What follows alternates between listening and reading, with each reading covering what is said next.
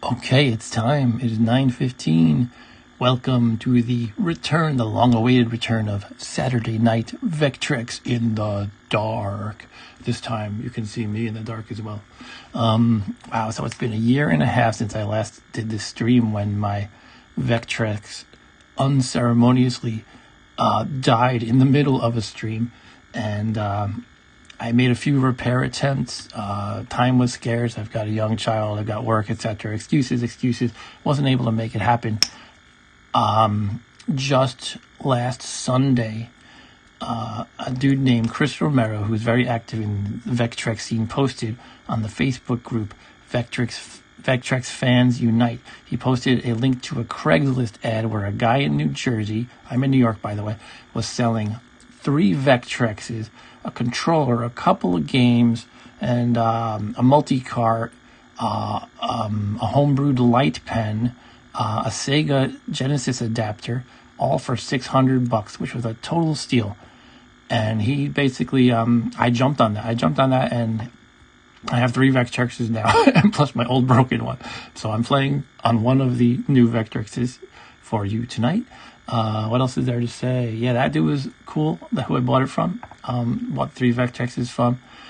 He is basically, he's got a nice collection. He likes retro games. He likes arcade games a lot, and he likes the real cabinets.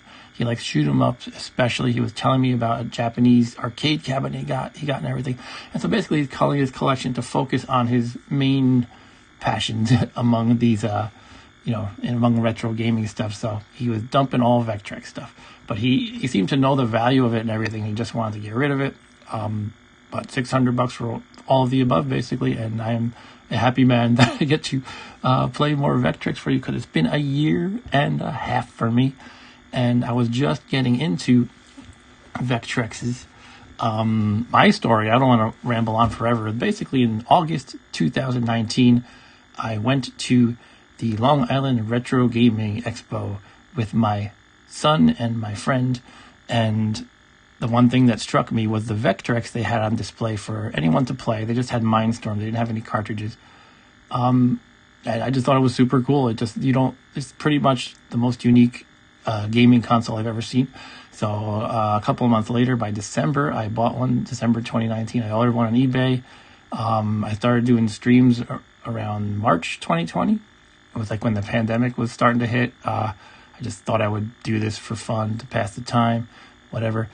It's kind of a creative outlet too, which is fun. And it's also a scheduled excuse to play games, most importantly. So I was doing that, and then in May, it dropped dead. I did 8 streams. I did one every week. I'm probably not going to do one every week this time, by the way. We'll see. And it dropped dead. And anyway, fast forward, here I am. Let's play some games. I actually already have in the overlay. I don't know if you can see this. Probably not. I have the overlay for Solar Quest. So as long as we have the overlay for Solar Quest in, why don't we play Solar Quest? So I actually have the Sean Kelly Multicart 3.0 plugged in right now, which has something like 80 games on it, roughly speaking.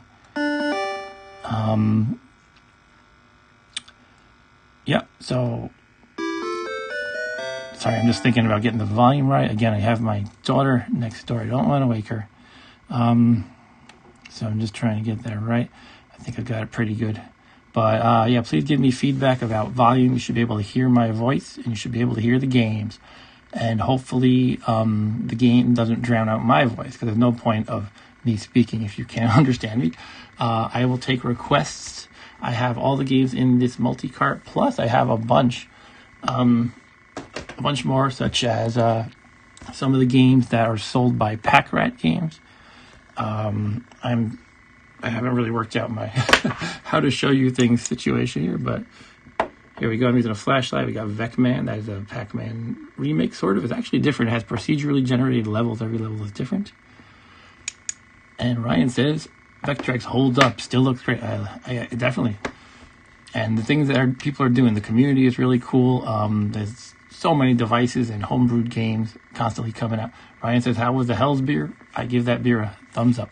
But anyway, let's stop talking and get into the game. Let's play some Solar Quest. And I I don't want to be making excuses before I play, but I really haven't played it in so long that I'm afraid I'm going to suck. But let's look at the buttons. You can see here on the overlay, you have fire on the right. That's button 4. Thrust is button 3. Nuke is button 2. And hyper is 1. So, well, let's get into it.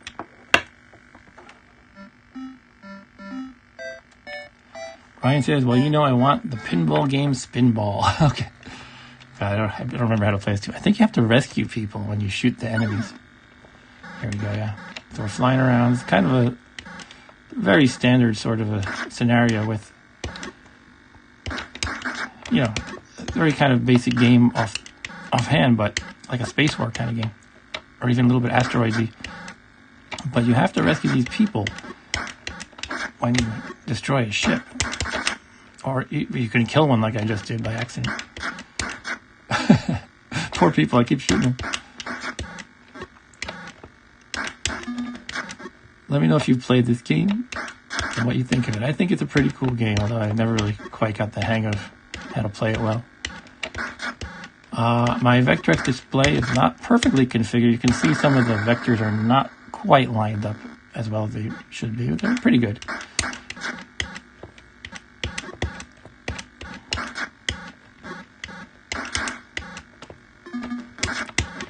Some of these guys come after you now. They get harder. Ah, damn. Have you played Spinball, Ryan? Ryan in the chat, he's a big pinball fan. And so, of course, anytime he plays or watches somebody else play a console, he wants to see the pinball game. I'll admit I'm not super impressed with Spinball for Vectrex. Hopefully that doesn't make anybody hate me, but... Okay, I gotta get used to the nuke and hyperspace buttons. I am dead. Okay, let's try it again. So I do have a nuke button, which I guess is a huge explosion. I'll give it a try next time I get in a jam.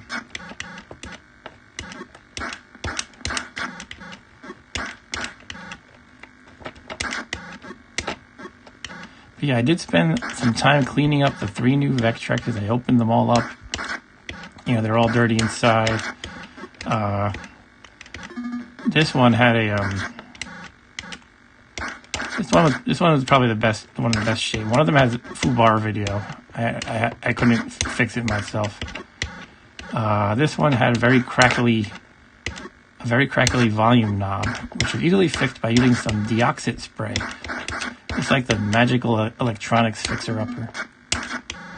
It's a must-have if you have a Vectrex where you're going to be popping up, open that thing every once in a while. That guy's about to fly into the sun, isn't he? No. I thought the sun was going to pull him in. I guess it doesn't have gravity. Oh, now he's going. Sorry, dude. Oh. Very fluid movement, says Ron. Yeah, that's what I like about this. You probably can't even see it quite as well, you know, over a camera that's converting to a raster screen, you know, with pixels. But it just, the lines are so crisp and sharp. So let's try a nuke. I was wondering what a nuke does. I'm going to nuke these guys. Okay. So it's a big explosion. And one of those numbers at the bottom must be my number of nukes. I have 1 and 8. I'm not sure what those two are. I guess one of them is my lives and one is nukes. Could I possibly have 8 nukes? Well, something has happened, and now that number is 2. The first number is 2. Nuke. Oh yeah, that was a nuke. I have 7 nukes now. Okay. So this little ship can hold a lot of nukes. Whoa, damn, that thing was really zooming at me. Let's try the hyperspace. Alright, that's cool. Ryan asked, did you have a nice Christmas and New Year? I did, Ryan. How about you? Oof. This was like this was Santa Claus's gift to me, the Vectrexes, though. That the once-in-a-lifetime deal that just dropped into my lap. All right, so that's a little bit of soul requests. And the way I typically do these streams is, you know, I just go with the flow. If I feel like, all right, I played a game a little bit, let's move on, then I'll do that. Sometimes I get fixated on one game. In the chat, please chat with me if you want to request anything or just chat about anything. Ryan says, we did have a nice Christmas and New Year, but my daughter and I got Omicron. Oh, no, I hope you guys are handling it well. I know you guys are vaccinated, so I'm assuming it's not too bad for you guys. All right, so let's try a different game. Why don't we? Now, I also have what I consider to be among the best, if not definitely the best, Vectrex games of all time are the ones made by Christophe Tutz over in Belgium. They are Vectrexes, Vector Pilot, and Vector Patrol. He's a hardcore Vectrex coder dude. I'm going to leave the Sean Kelly multi-card in for now, and I'm going to flip through my binder of Vectrex overlays to find one. The question is, which one? How about, barring any request, I just flipped it open and found pole position. So let's play pole position. And of course, I dropped my page and I have to find it again. Okay. Pole position overlay located. Thanks for hanging out with me in the dark, guys. I know it sounds creepy. But it's just such a cool thing seeing Vectrex in the dark. And you can play it in the daytime too, as long as you don't have too much light. Alright, there we go, pole position. Most of these overlays I have, by the way, are made by, what's the dude's name? Is it Sean Kelly as well? I can't remember. He made a bunch of overlays, and he kind of designed them himself. Now I'm trying to remember the dude's name. I'm not sure if it's Sean Kelly. Anyway, they're not quite the same. They're a little bit kind of thinner, and those are harder to attach, affix into the the machine. But more recently, and with my luck, it was after I bought a large amount of them, he perfected his technique, and he made ones that look pretty much exactly like the original. They feel exactly like the originals. Ryan asks, didn't Vectors have a breakout game? I don't know the answer to that, actually. There might be. Now, by the way, you can totally see the rolling shutter effect here happening. In my phone app, which is called OBS Camera, I can tweak these video settings. I don't want to get too into that, but depending on the game, I'm finding some settings work better than others. It's interesting. So in this case, in the menu, it looks like garbage. If the whole game looked like this, like every game I was playing for you, you probably wouldn't like this. But anyway, without further ado, let's get into pole position. So we got to check the controls here. We got first gear, second gear, and 2 gas buttons. So I guess you start in first gear probably, and you hit the gas. Once you're at your max speed for that gear, you hit the second gear. Okay, we're on first gear.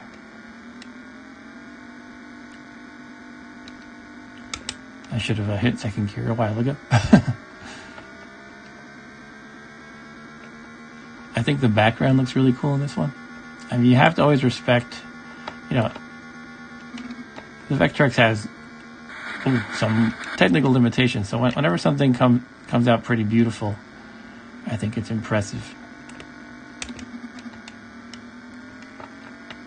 Uh-oh. There's no brake button. Shoot.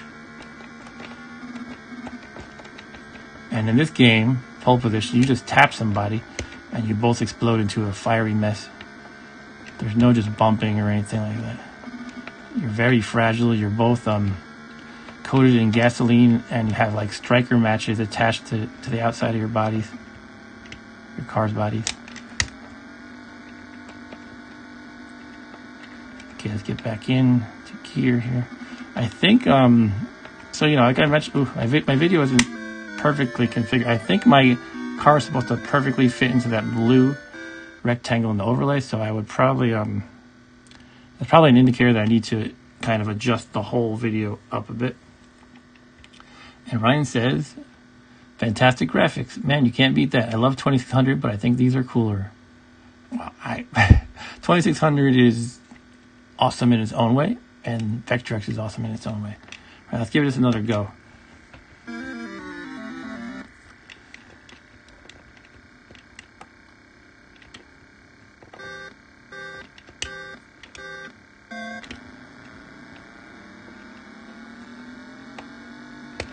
Okay, we actually geared up, shifted up correctly that time without waiting too long.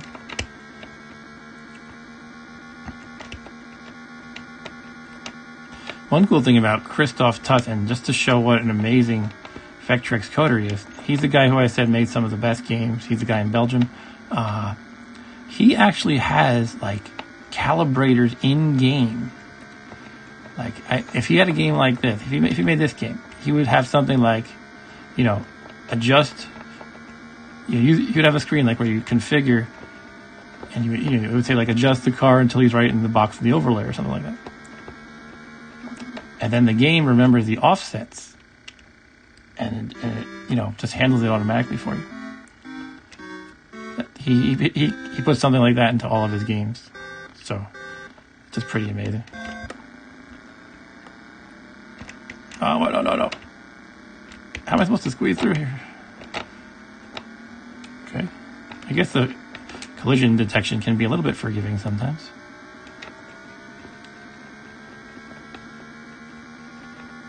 But man, the number of cars. Whew.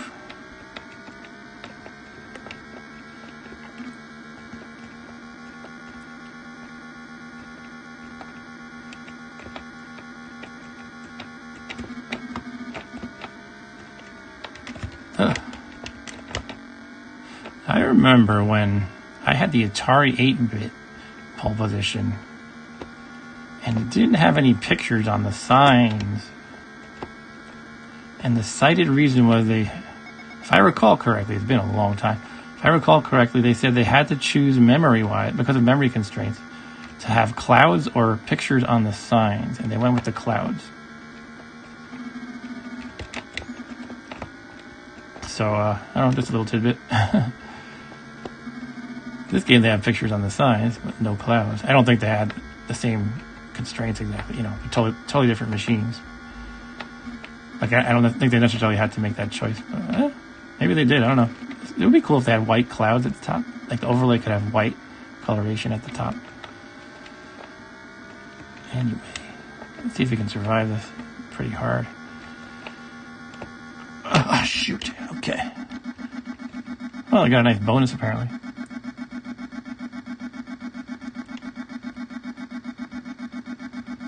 Wow.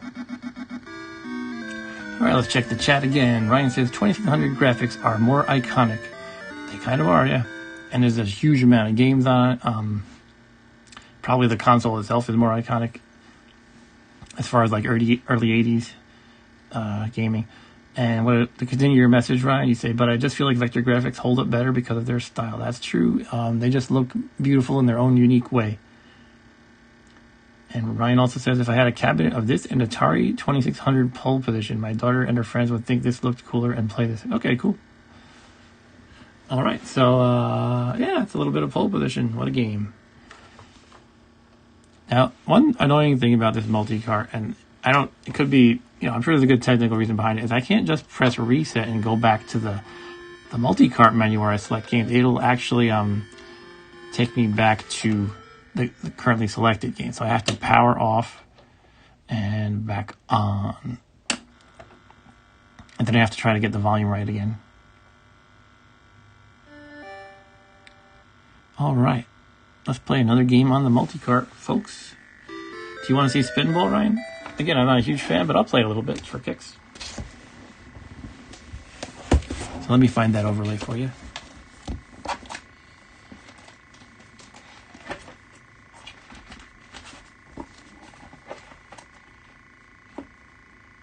Oh, I just learned I don't have the Spinball overlay.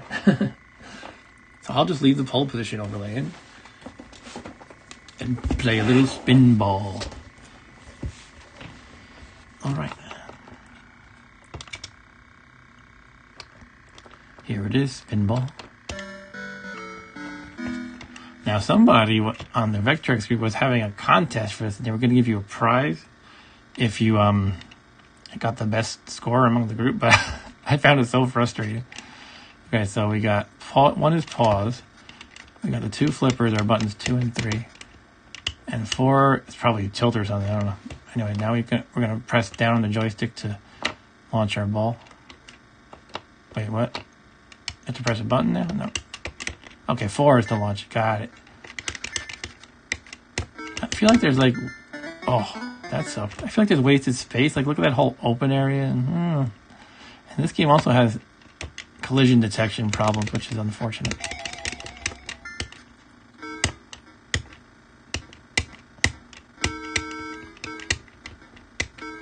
So I guess I want to hit that star thing, probably.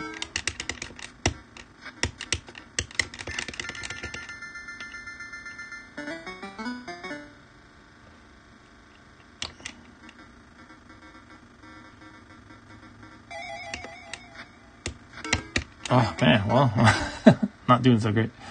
This looks like a seizure test. It's a very flickery game as well, and I think it looks even worse on the stream. Yeah, I'll just play this once and then move on. And now I probably could tweak my camera settings, like I was mentioned. Sometimes shutter speed and stuff like that can make it look better.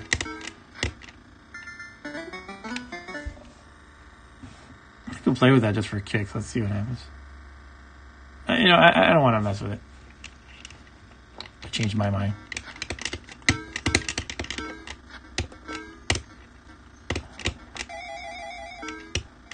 I feel like there's got to be stuff for me to hit there. Some bumpers. Or, I don't know. See, it doesn't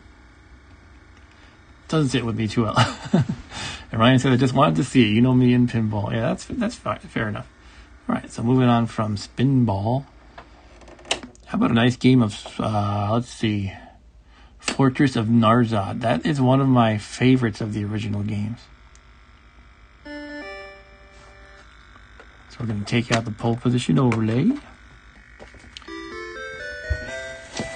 Thanks everybody who's joining me tonight to hang out. Feel free to chat if you want to. Now I don't know who or what a NARZOD is, but they've got a fortress, and in this game you must attack the fortress. And the kind of gimmick is you fire your weapon and the bullets bounce off the walls, and the walls are all kind of angled. Hey, Alan McClellan. He is from the Vectrex group that I always talk about. Welcome, Alan. Any chance to play Sectus around? Yeah, I can. I think that was a game I played a few times and I couldn't figure out what the heck I was doing, but I could give it a shot. And 2D Narrow Escape. I don't know that one. It's right here at the top. I guess I could just try that. What is 2D Narrow? For some reason, I never tried it. I mean, there's so much for me to explore still in the world of Vectrex. And I'm trying to get this overlay in. I'm going to put in the NARZOD overlay, then play some 2D Narrow Escape, followed by Fortress of Narayana. Okay. Hey, Rob Bob, how's it going? Rob Bob is my son and sometimes co-host.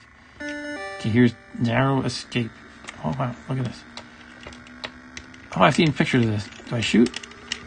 There we go. Oh, the bow tie. Oh, I think I crashed into the wall. I'm not sure, though. Take that bow tie. Oh, okay, I guess you can't shoot the bow tie, or I'm not quite at the right altitude. Oh, there you go. I was too low, I think. This is cool. So what is the bar at the bottom?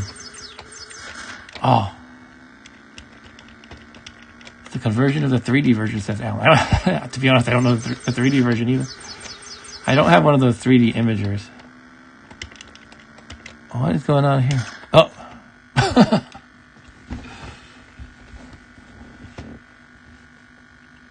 Okay, let's try again.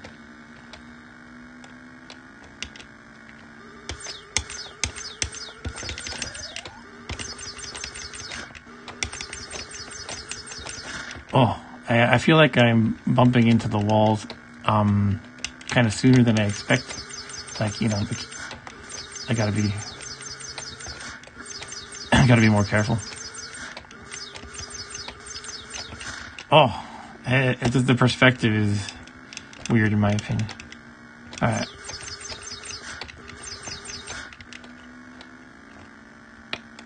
Okay, I think I'm supposed to go through these. Did I shoot that? What's going on? I'm so confused. Oh. Okay, I'm not quite following what I'm supposed to do. Guess I go up here. Oh. Damn. Ellen says it's tough. One game I struggle with too. Okay. I mean, yeah. Some games, you know, especially really old school games, they don't really ease you into it. They don't have tutorials and stuff. You just kind of go and you die 100 times before you figure it out. That's fine. And Ryan says, Fortress of Narayana sounds like something comic book guy would say. He'd be like, you probably haven't even heard of Fortress of Narayana episode 123, wherein the editor makes a mention of his ex-wife's alcoholism. Oh. Yeah, Alan, I'm going to play CYBORG today. CYBORG is a game a lot of people find difficult, and I remember Alan and I were talking back when I did the stream a year and a half ago. Hold on, I don't know what I'm supposed to do. Oh.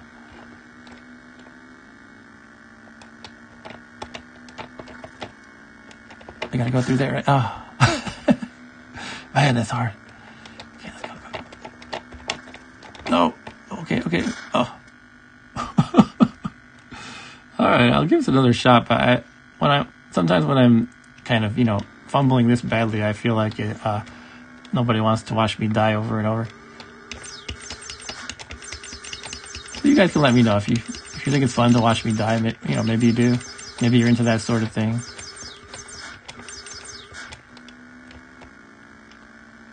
Okay, let's go. Oh, that was too far to the left, I think. Let's try that. Oh, damn.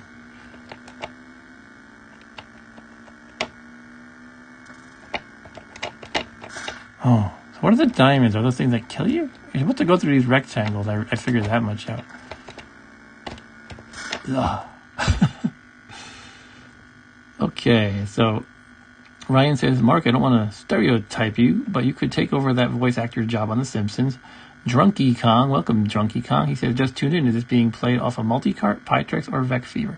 It is all on a multi-cart right now. I'm going to switch out cartridges as we play, you know, as we go. And I don't have a Pytrex or a Vecfever, though I am super interested in the Pytrex. The game started over by itself. I'll catch up with your messages, Ryan.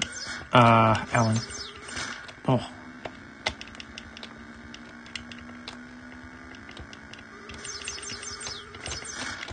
Jesus Christ.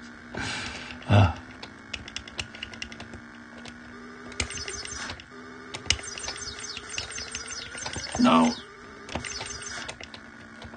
Are those guys like those little bow tie shaped pastas? Those are good. Oh.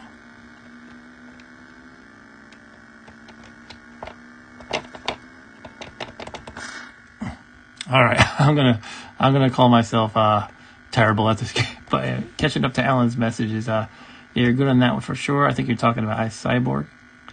And Alan also says maybe the first person I have ever witnessed to get through some levels. Play any game as much as you want. No pressure here. Cool, thanks. But yeah, I'm happy to take requests. Or if you guys are bored of watching me play a certain game, feel free to let me know. That's cool. I won't be offended. But yeah, let's get into Fortress of NARZOD.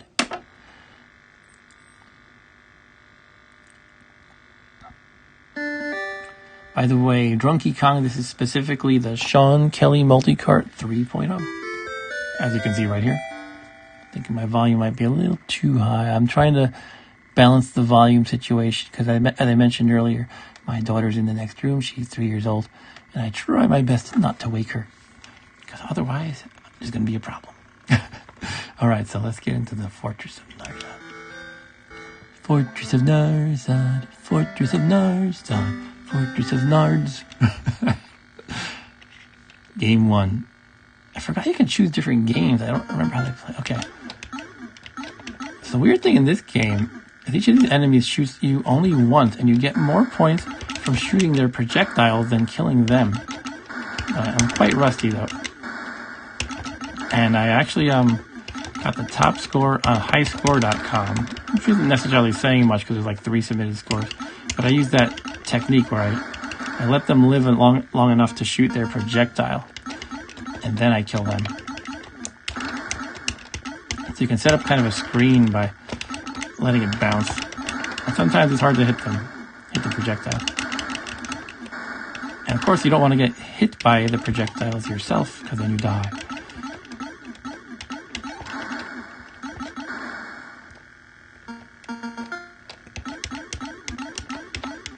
Ryan says the leprechaun lives in the Fortress of NARZOD.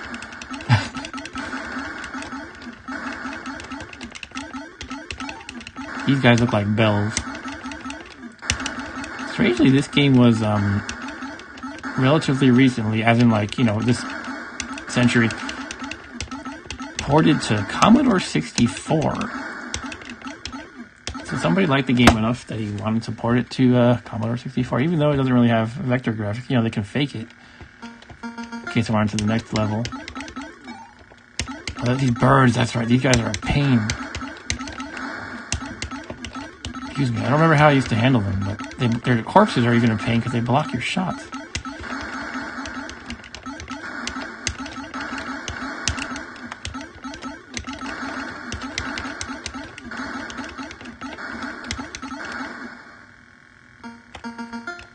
Fortress of Narayana. This is probably one of my favorite among the original games, by the way.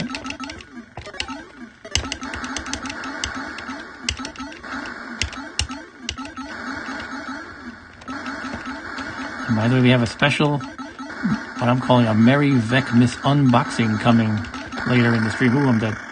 In which I will unbox a package that I've had sitting around for a while. And check out what goodies are inside. So it's like you get to share the opening of a Christmas present with me. Whew. You have to watch for your own bullets too, by the way, because they can bounce back and kill you. These birds, I remember they get really ugly soon. I think they shoot you. Oof. I can play Vecchi Bird, sure, Alan. Vecchi Bird is a clone of the infamous Flappy Bird from whatever year that was, like 2013 or something.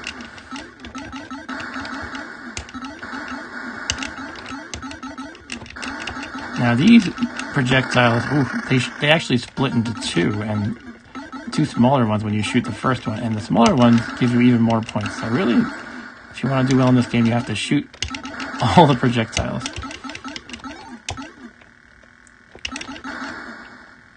And not die in the process, of course. You may pass, it tells me. And let's see, Alan also requests, let me just catch up on the chat as long as nothing's happening here. Alan said I really learned how to play it in 2020's Vector War tournament 2 years ago. I guess you were talking about CYBORG? Ryan says, what are those things supposed to be? I don't know what any of these things are supposed to be. They're just enemies. Alan requests Vecchi Bird and Continuum. Sure, I will play those. I think Continuum might have been one of the ones I couldn't figure out either.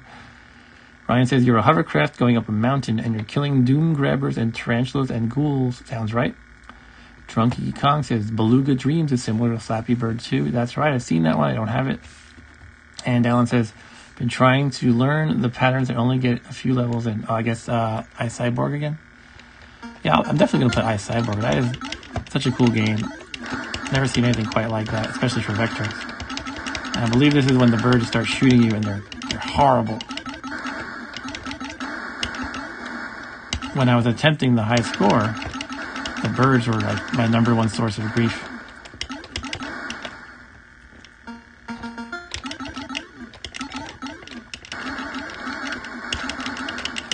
Ah, you see, they shoot you. They come in close and they shoot you and their bullets go fast. And they also move off the path where you can shoot, because they can fly. So you have these fast-moving things that shoot fast, and you can't hit them sometimes.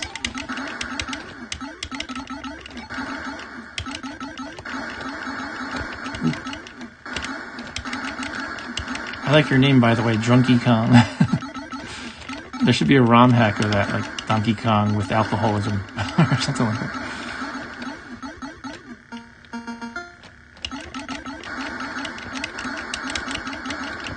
Here come the birds. Ah, damn you birds. Stop hiding like chickens. Hey, maybe they are chickens. flying chickens.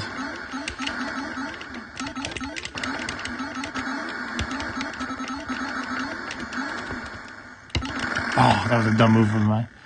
I had to go in for that projectile. All right, so that's my score, 9230. I think my best was 20,000 something. Oh, Alan was talking about Fortress of NARZOD for learning the tournament. Cool. All right, that's a little bit of Fortress of NARZOD. Why don't we get into... what were we talking about? Vectrebird? Yeah, it's Vectrebird time. All right, so I don't have a overlay for Vectrebird. I'll just leave in this one. By the way, I have some... let me show you some of the non-game specific overlays that I have. Bear with me one moment, please. So, yeah, the dude who I mentioned makes these homemade overlays. Also makes, you know, some non-game specific ones that are basically just color gradients in like different patterns. So I bought a few of those. I think he threw in one or two as well. Like I think one or two of them were damaged, so he just kind of threw them in. You played Fortress of NARZOD for a week straight. So let's see if I can actually show these off successfully. Yeah, I'll just use this. I'm thinking of using this camera, but I can just use this one here.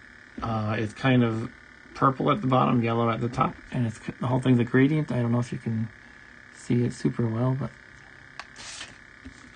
this one is kind of a concentric circles, got like a red in the middle, then purple, blue, green, yellow, etc. This one's kind of similar, but I'm probably mostly seeing the reflection, unfortunately. This one's kind of similar, but the colors kind of blend together better.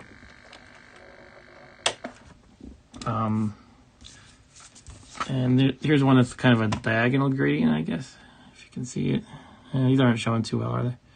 Anyway, I'm going to just pop in that last one that I had in my hand and play some Vectrebird. Steve Cray, thank you for making his name, mentioning his name. I kept thinking he was maybe Sean Kelly. I guess the S and K, you know, initials SK. So yeah, it is Stephen Cray who makes the overlays, and basically I have his kind of flimsier ones, but he perfected his craft and now makes them just like the originals. Okay, so we're going to play some Vectrebird. And Alan says the circle one is his second fave. Cool.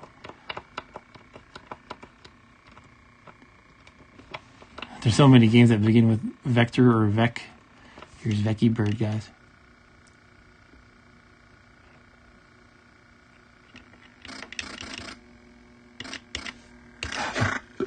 Hold on a second. All right. Oh, you work on the overlays with him? What do you do? Design the graphics, or? That's cool, Alan. Ooh, you kind of shoot up pretty far. I gotta get used to it. Whoa. Oh man. Sometimes you shoot up far, but sometimes you don't. I'm not sure what determines that. Oh, man, I suck. Alan says, I designed them as well, and he prints them. We just released a bunch of new ones. Oh, that's great, Alan. That's so cool. One thing that's so cool about the Vectrex community is so many people are making their own stuff and helping each other out, buying each other's stuff. Oh, I don't know why it just shoots up sometimes. Sometimes he just kind of... I guess it's... Yeah, I think I might have the idea. If he's pointed upwards, he goes up faster. So you have to let him drop down. Okay, at least I have an idea now. I won't say I have the hang of it yet, but at least I have an idea. And with the original iPhone Flappy Bird, I don't look this bad, I gotta say. I got like, 90 or something.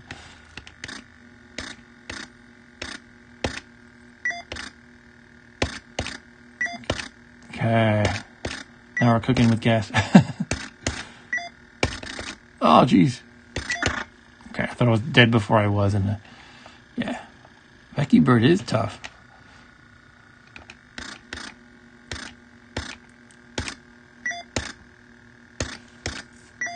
Okay, here we go. Going for the world record, at least my personal best, of like 5. Okay, yeah, it's all about how... Oh, my button's stuck. So that's the problem with some of these old Vectrex controllers, the button stick sometimes. Or you could just imagine I'm making a lame excuse if you want.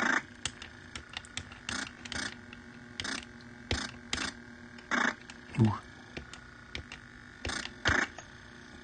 Oh, Alan said I've done over 24. That's cool. I might buy some more from him. You know, if he has a lot more that I don't have at this point, and they're the kind of, you know, the improved versions, you know, texture-wise and thickness-wise, then I might be due for a new order, perhaps. Oh, Rubber Ducky is my title. Your high of 13 now? Okay, I gotta beat Alan's high of 13. I think you're gonna win this, Alan. Thanks for the likes, by the way, guys. It's always inspiring when I get likes on a stream. Oh, otherwise, sometimes like I play a game for 3 hours and I see one like and a dislike and I'm like, oh.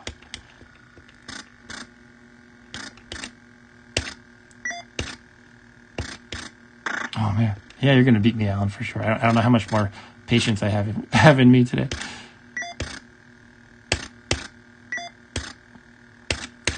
Oh. Becky Bird. All right.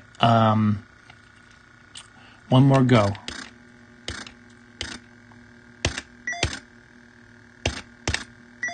This time we're going to nail it. Yeah, right. Oh. All right, I'm going again. Alan said it took them years to get this. Wow. I'm impressed by your persistence, Alan, and your skill. All right, that's it. I'm done.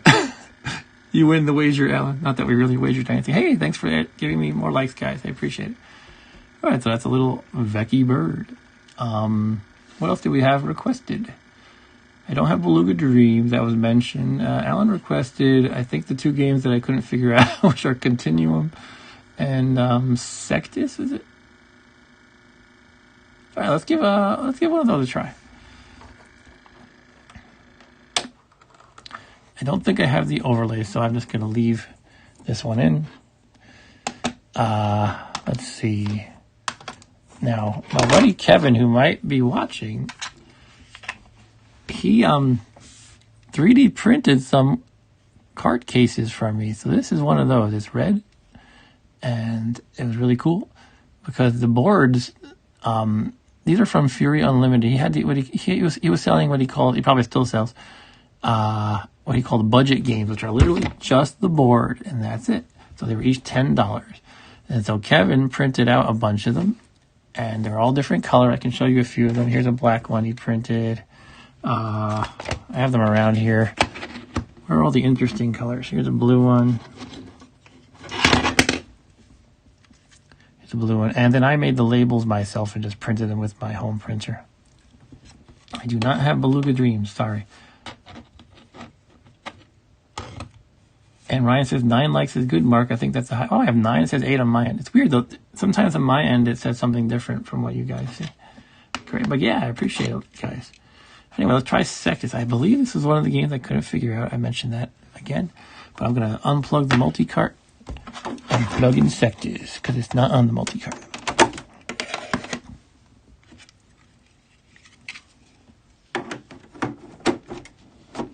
Okay, here we go. Sectus, which sounds like sepsis. Vec Caves. What is Vec Caves? I don't have that either. I have to catch up on my Vectrex buy. I spent so much money on this silly system. I mean, awesome system. Fury Unlimited. Sectus. Creepy music. He always puts these creepy tunes in all of his games, which I like. All right. How the hell do I play this? The Outskirts of Hell. Yeah. I remember trying to play this with Rob Bob, I think. And like you find these enemies who like, I don't know, like tether you and make you loop around, and like I don't know what I'm supposed to do. What are these dots? You shoot the dots? I can't hit the dots. Alright. Here we go. I think I'm gonna get tethered and then die.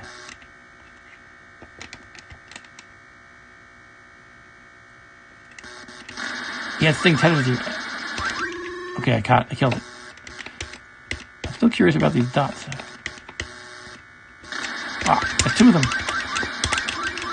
I killed one.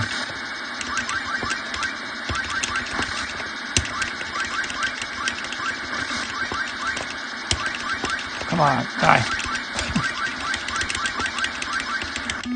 Yeah, that's what happens to me a lot. Okay, let me make the volume a little lower.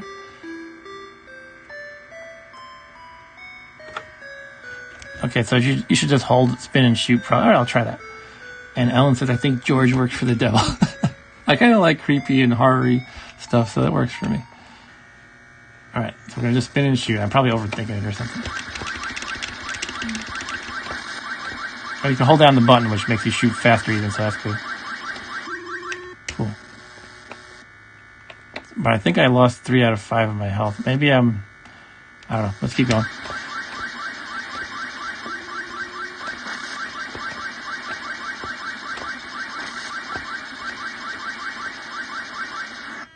Damn.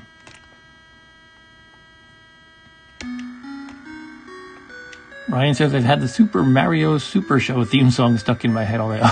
Okay, Ryan. Swing your arms from side to side. I assume that's what you mean. Okay, the outskirts of hell, everybody. We're going to hell. Those bug guys are going to tether us.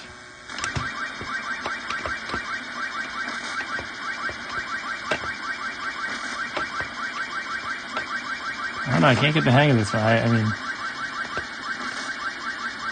I think me and Rob Bob like traded off playing this for like a half hour once, and we just kept dying like that.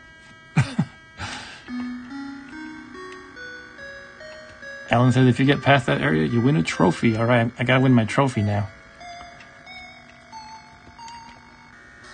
What if I go this way? Oh yeah, that's different. Can I go this way? No.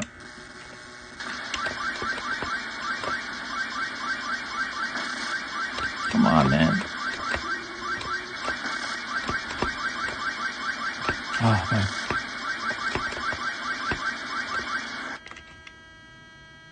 I don't know, man. I want to like it, but then I feel like I'm just missing something. Like, there's got to be a trick to it, right? Alright, Outskirts of Hell again. I mean, if this is the outskirts of hell, I'd hate to see what, like, the, Dante's, last circles would look like.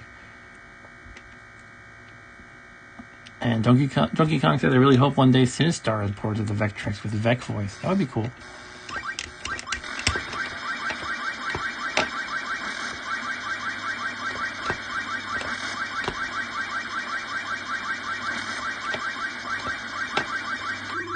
Okay, I got one. Yeah, I think, that in the top right, though, you see your health.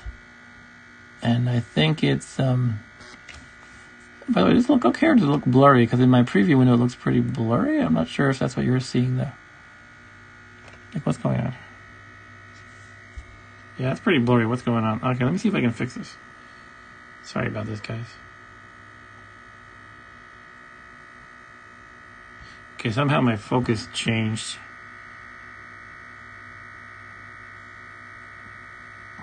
There, I think we're getting better. All right, there we go. That looks nice. Whew, sorry about that. Not sure what happened. I think I hit the controls on my phone with my nose or something. All right, let's try this again. I don't know. I think I'm hopeless. Alan says, I don't think so. I guess regarding a trick to the game. But you are the same person who actually got to the second level in CYBORG, so you might get it. All right. I'm going to try this one more time, and then why don't we play CYBORG, in fact? That would be fun. Sectus.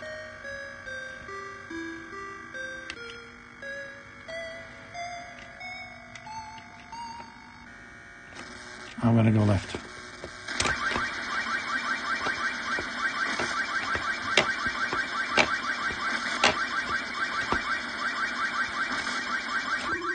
Okay. Can you bump into the wall? Oh, I guess you shouldn't do that. You shouldn't do that. All right. Since I kind of killed myself, I'm going to actually play one more time. Famous last words one more time.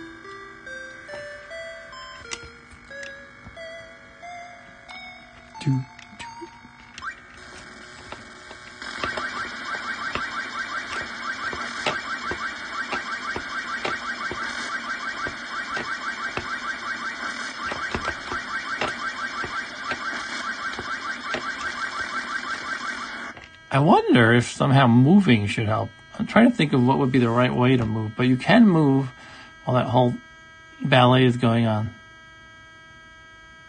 Maybe I'll play with that a little bit. And Ryan says there's only one man better at retro games than Mark, and his name is Stu. I mean, I would agree with that he's better than me. I don't think I'm the best at all retro games. And Alan says he's got codes for CYBORG. No, I don't want to use the codes, but thank you. Drunky Kong is plugging in his Vectrex now. Alright, I'm going to try moving. Maybe somehow moving will make it easier to hit. I don't know. Moving and spinning.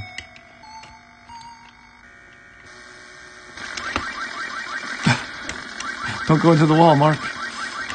Jeez, I don't know. This is useless.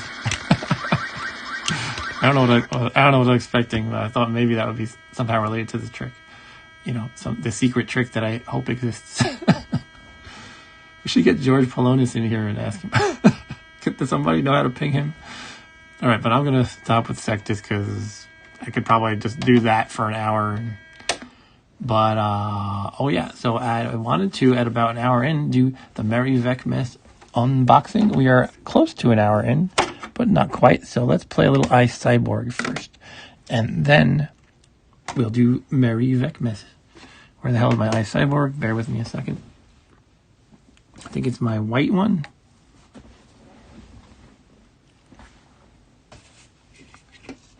And Alan says, I think you have to watch The Exorcist first to understand it. Yeah, probably. You have to learn how to exorcise the demons. The George Polonis demons. I thought it would be a good idea to take out all my loose cartridges and put them on my desk here, but now I just got all the scattered stuff.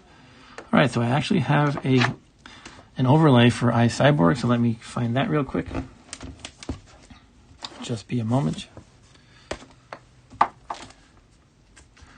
By the way, let me show off my alphabetized binder for a moment. This is simply a comic book binder. And I got the sleeves, comic book sleeves, and I just put the overlays in. Ta-da.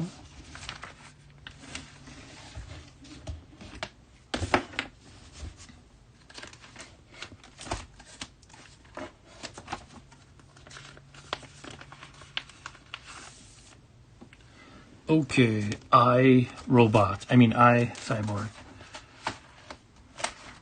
Now this game, there's a sequel in the works. If you go on the Fury Unlimited website, it has a mention of the sequel, which I'm excited by because I like this game apparently better than most people, by the way. I just think it's so beyond what you expect for a Vectrex game, and it's got a good amount of tension, and it's just fun too, of course.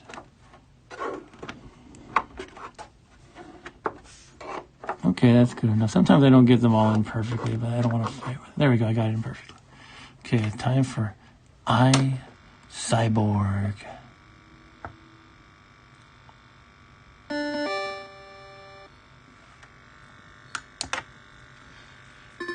Alan says, I like it too, but it's so tough. Creepy music time. George Polonis creepy music. Now you can't see the bottom text because the overlay obstructs it. It says CYBORG. Let me put on the light for a moment. Flashlight. So it says CYBORG, that's the overlay, and it obstructs the very bottom, unfortunately. That could again be that my display needs to be adjusted.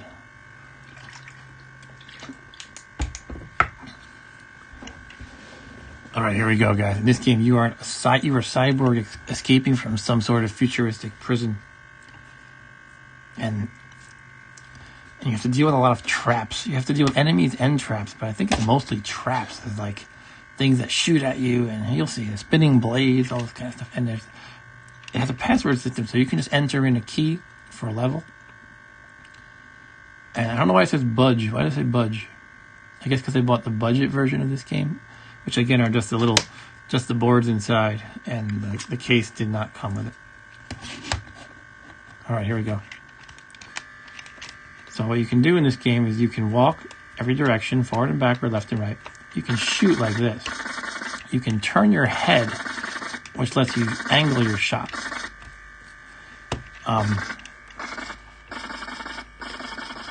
And let's do it. So these first traps, you don't really have any control over whether they get you. They just zap. So, see at the top of that thing, when I step under it, it's gonna zap. And sorry, I'm confused by my phone, which is showing all the graphics as pure green, but my streaming preview window shows the right color, so I think it's good. Anyway, yeah, so these traps at the top, they zap lightning down in one of three areas, left, middle, or right, and you just have to get lucky. Okay, that one missed me. It zapped into the middle. I sometimes try to outsmart it, but I think it's completely random. Like, oh, okay, I'm going to go to the middle now. That'll outsmart it. Yep. If I had stayed in the left, it would have gotten me, right? Okay, I will stay in the middle this time. Oh, I took a hit, so I have 9 hits left.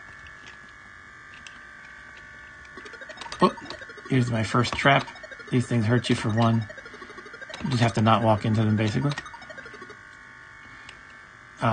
It's a second trap, actually. First trap besides the ceiling trap. Yeah, it's a random zap. Ryan says, speaking of Bud, be right back. Oh, okay, Ryan. Here we go. So each phase gets a little more difficult. There's different settings, though. There's going to be a boss after, I think, 4 phases of this level. Oh, I got zapped. There's no need to shoot right now, by the way, as you can see.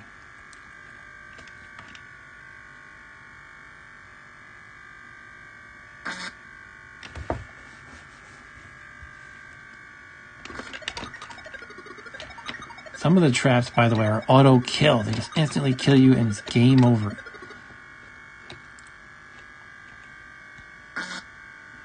Got hit again.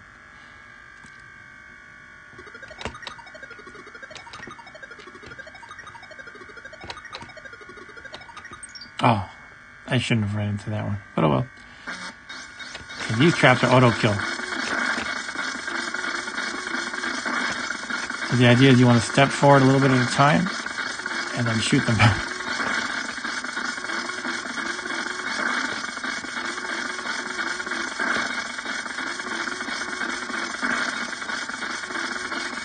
Sorry, I gotta turn down my volume a tiny bit. Again, the daughter.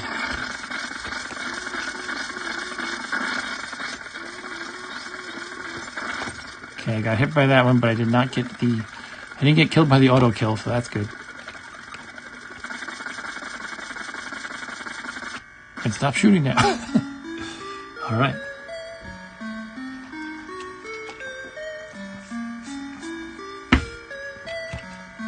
Phase completed. Okay, so now it's going to be just those same 3 traps, but they're going to hit me harder with combinations, more of those auto kill blades. Gotta get ready to shoot those auto kill blades. Now, one possibly, something that could be considered a bad design choice of this game is that these things that you have to shoot, like those blades, they don't give you any indication that they're being harmed when you shoot them, so it kind of makes the game confusing a little bit. And I think that's why a lot of people give up after like the first couple of phases.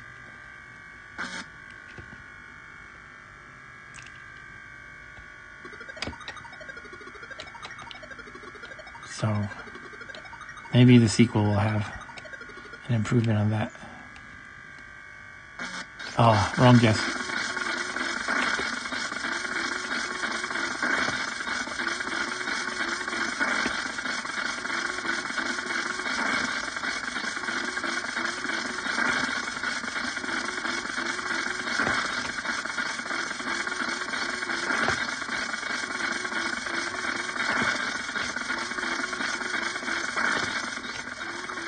This is where it gets difficult.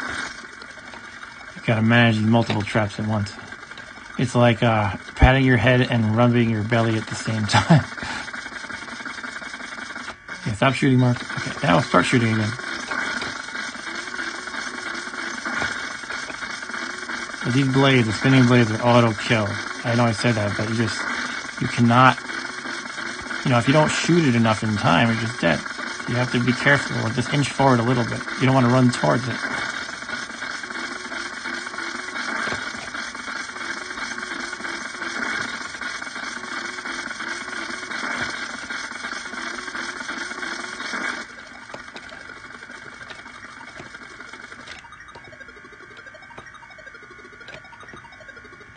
Okay. All right.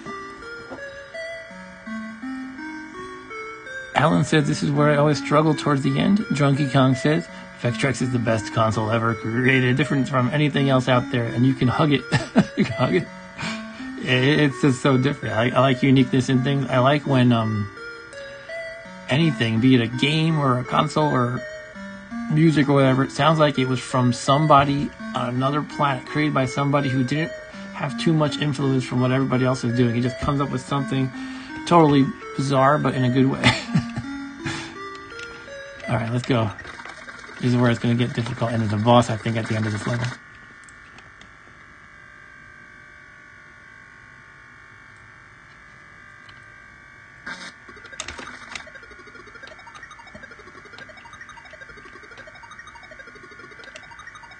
Okay, we're going to get the spinner soon, I think.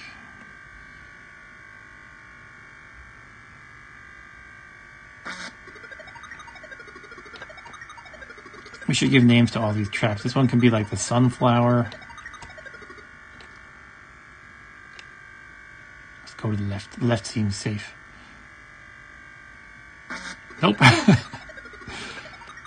Maybe another improvement could be if there's like a really subtle clue at the last second, like the trap at the ceiling aims at you and you can like try to dodge in the last second perhaps. I don't know. Oh. Okay, it's gonna get tough now.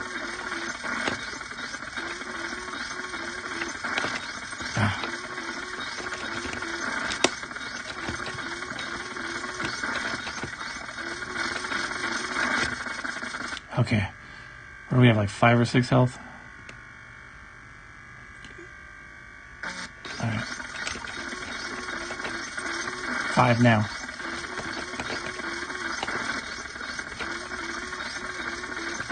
Oh, 4. Ah! I got auto kill, it cut off my head. Oh man. I was hoping I could show you guys later levels, but I died. Hey, let's try it again, how about? And Ryan says, where's Arturo? Yeah, I don't know. I pinged him, but I guess he's been really offline lately. He's probably just doing family stuff for the holidays. And that's okay. He's not obligated to join all my streams. Alan says, I meant this level is the level I actually struggle with. Oh, the last one. Okay. I haven't played since you have the last time you did this series. Ryan says the trap is called the Cleveland Steamer. All right, I'm going to give this another go. And then we're going to do the unboxing. Alright. CYBORG. Let's do it. We can do this.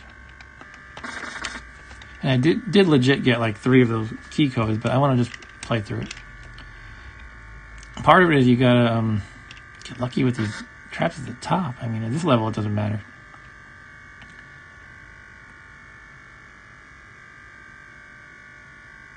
I'm not a person who's averse to luck, but I just wish there was like some kind of agency.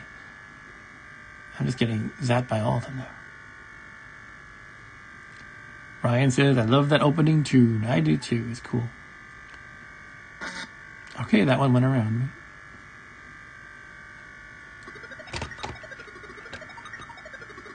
There could even be like maybe some kind of like a beep. And the pitch of the beep indicates which of the 3 directions it's going to zap you in. Alan says maybe Continuum later if you've played before. Yeah, I feel like Continuum is another one I couldn't figure out, like Sectus, but I'll give it a shot. The Leprechaun Rocks is right. The trap is called the Leprechaun Rock. Is that like an Elton John parody, the Leprechaun Rock? Okay, I'm moving my head randomly. Head banging.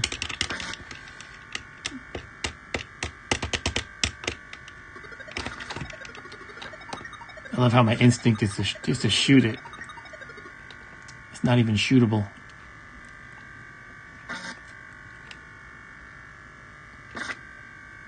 Thanks, guys, for hanging out with me tonight. This makes it all fun. I could just play Vectrex by myself, but I have more fun hanging out with people. And by the way, my Vectrex streaming that I started doing last year, that spurred me to do other streams too. So now I do what I call Monday Mame every Monday, and generally on Saturdays I play kind of random PC games. And I do that with my son Rob Bob usually too. So it's been a whole fun experience that all started from the Vectrex streaming. But now I can, have three kinds of streams. There's the Vectrex, Saturday Night Vectrex in the Dark, my regular PC streams, which I was calling Saturday Night Gaming, and Monday Mame is always fun. Hey, Stu's here. This game is called CYBORG, Stu. It's a real game. It's a real Vectrex, yeah. Just catching up on the chat here. Stu says I'm supposed to have a Vectrex in the mail today, but the shipment got screwed up. Oh, I'm sorry, Stu. Did it get sent to the wrong place or something like that? Alright, guys. Third phase of the first level now. This is where it starts to get a little bit difficult, but not crazy difficult. But welcome, Stu, by the way. This is a homebrew, yeah. There's a guy named George Polonis, and his website is furyunlimited.com. Fury Unlimited. And he makes his own games. This game's from, I think, 2004, so it's pretty old by now. I think 2004, unless I'm mixing it up with another game. Yeah, he makes a lot of cool homebrews.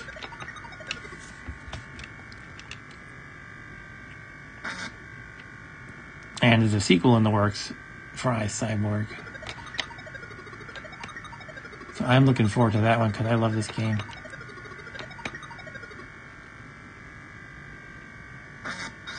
Okay, these are the ones you gotta shoot. Just inch forward and shoot, that's the way to do it. Inch forward in between them, ideally.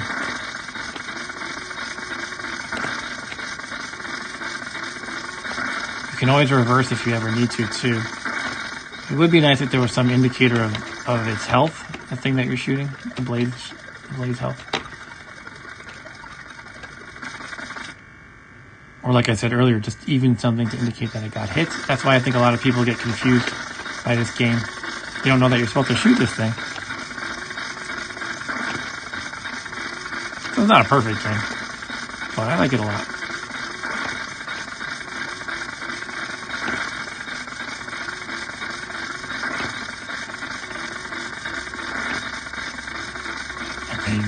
They really start to pile them on, too. And I do this, the combinations, the evil combinations. Okay, lightning zap coming. Alright. Stu said I picked up the game Warrior from him. Oh yeah, you were telling me the other day during the stream. Cool. Oh, there was $55 postage due to the Vectrex you ordered? That sucks. Alright, guys, this is the part we died on last time. I shouldn't say we, it's all me. I'm the one who died. It's when it gets tough. They throw out these tough combinations. So let's go. Now, I just gotta get lucky with these lightning blasts, too. They just get you 1/3 of the time. Nothing you can do. Oh man, I gotta not screw up on the easy ones. That's not good. Let's go to the middle.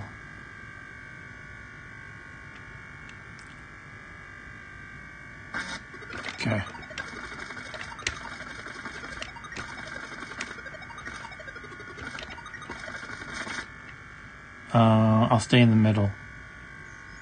This is me trying to, you know, outsmart a random number generator, so it's really silly, but sometimes I'm a little silly. I don't remember when the spinning blades start, so I'm just going to do this for a bit.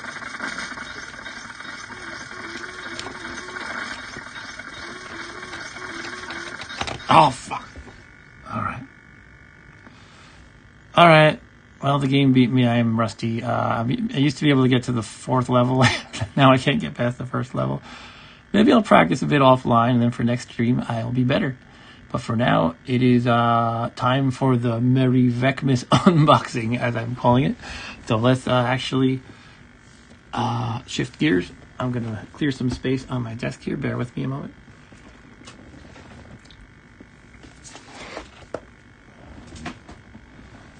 And the lights will come on. There's no longer Vectrex in the dark. By the way, it's raining here to add eerie atmosphere to the George Pelonis games. But yeah. I'm trying to think how I want to do this. Of course, I should have thought about this. Okay, you see my desk now, that's all. And I have a package here that I ordered a while ago. And I actually have a few such packages. But I thought I would just sort of... oh, I left this thing, The Fun Begins, on for a long time, didn't I? Anyway, I thought I would open them for you guys and then just start using the thing. Something that's not going to be hard to set up. It shouldn't be. That's the spoiler. It shouldn't be hard to set up.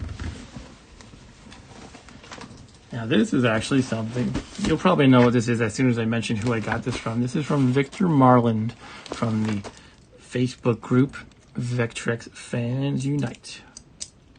So this came all the way from the UK and it is covered in tape. It's more tape than anything else at this point. So let's see how I can even stab this. I guess I should just go for this hole. Tear it open, right? Jeez.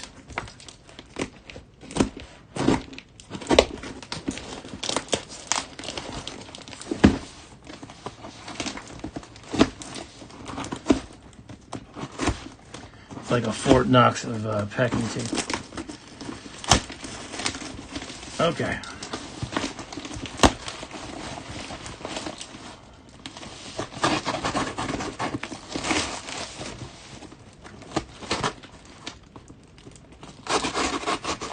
Yeah, Alan's spoiling it for you guys. I don't have the 3D imager, Stu. Yes, I am quite a Vectrex fan. Okay, you guys ready? Here it is. I've never seen one of these in person. The lighting's not great, I'm sorry about that, but this is a new controller. It's a homemade controller. Let me see if I can fix the lighting a little bit. There we go. This is by Victor Marlin in the UK. He makes these. I don't believe he sells them all the time. I think he kind of does them in batches. And he usually gets bombarded with requests like, please make me one. So I have two. There's two things in this box. There's another one. This is just a basic. Oh, this feels nice. I like it. It's very clicky and sweet. It has the 4 buttons, obviously. 1, 2, 3, 4. Those feel nice too. So I'm going to be playing with this right away. The only downside is it is not an analog stick.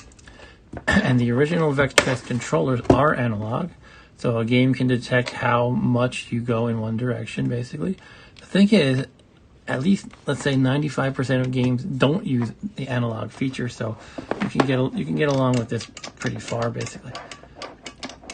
So that's cool. I can plug this in and start using it right away. But I'm going to show you the other one I got too. Stu says, hey Mark, what's your street against it? I have blacked it out. Yeah, I'm careful with the sun, with the nice colors. Alright, and here's our other one. This little guy, this one is actually analog. So I have one analog and one non-analog. I guess you would say digital. And the 4 buttons. Okay, yeah, that's pretty cool. So the reason why I paused and said for a second is I realized they're not labeled. So hopefully the 1, 2, 3, 4 are the same. I don't know if you can see this too well. This is labeled 1, 2, 3, 4. So I'll have to remember that, or I could just put little stickers on or something. That's fine. So I guess what I'm saying is I will what I probably want to do is use this one for the analog games, and the other one for the non-analog games. And that's about it. I also can play more 2-player stuff now, with probably Mr. Bob, and maybe we'll even stream 2-player stuff together. And that's it, unless he threw in a freebie. Nope, sorry, that's it. Thank you, Victor Marland.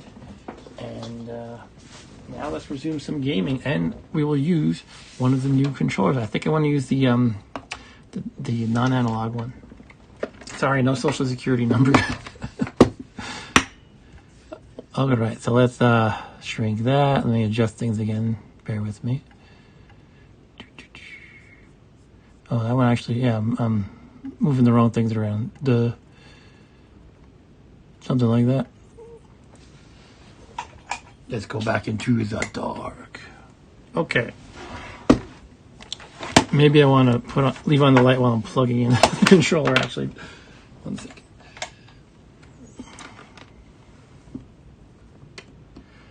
Drunky Kong says pretty much the only analog original Vectrex game is Hyper Chase. Is that it? Really? Wow. Okay, this will pop right in here.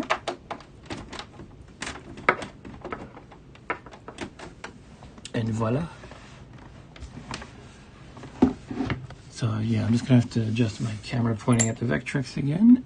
What are we playing next? Did we say? Oh yeah, you requested, Alan, you requested something. Was it Continuum? Let's play some Continuum. Again, this is a game I think I don't remember how to play. Or that I never figured out how to play, rather. Let's find it. We can use the CYBORG overlay.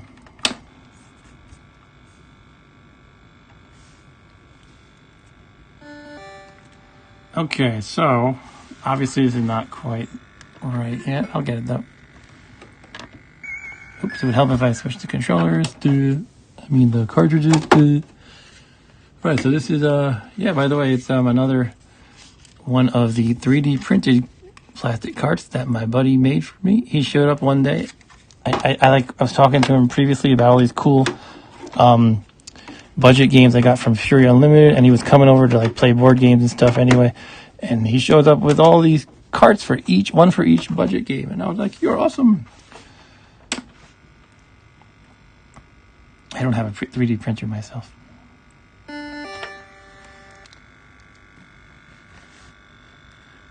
He also printed the reset button for me because my original Vectrex lacked a reset button. It had the under, it was missing the plastic cap to it, is what I'm saying. Alright, so this is Continuum. I'm getting strong feelings like I didn't know how to play this, but let's try it. Maybe you can help me out, Alan. So the new controller is plugged in. Let's see how it works. Okay. Yeah, it's very flickery. Oh, this feels nice. The controller, that is. The game wants to give me a seizure, though.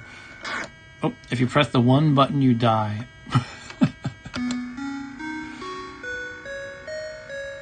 So don't press the 1 button. Okay. 3 is to shoot, 2 is thrust. Okay. You have a wide turning radius.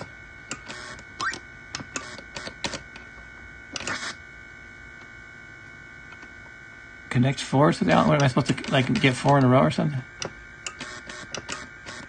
Make them X's? Is that it? Why does it teleport me sometimes? I don't understand. I have to what do we shoot for? What's the shooting for? Okay, so I have everything X but a square? I don't know. I don't even know if I'm X or square. Okay, I think I did it. I turned them all X's.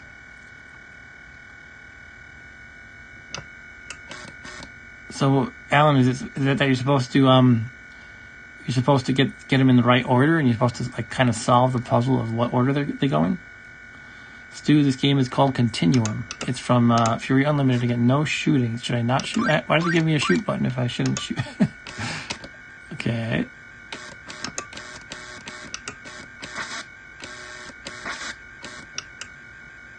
press thrust straight through.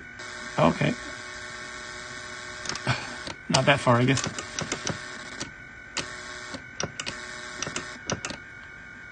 Okay, so like sometimes they teleport you, sometimes nothing happens.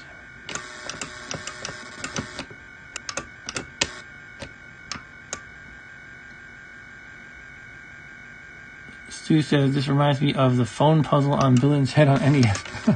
I don't know that one.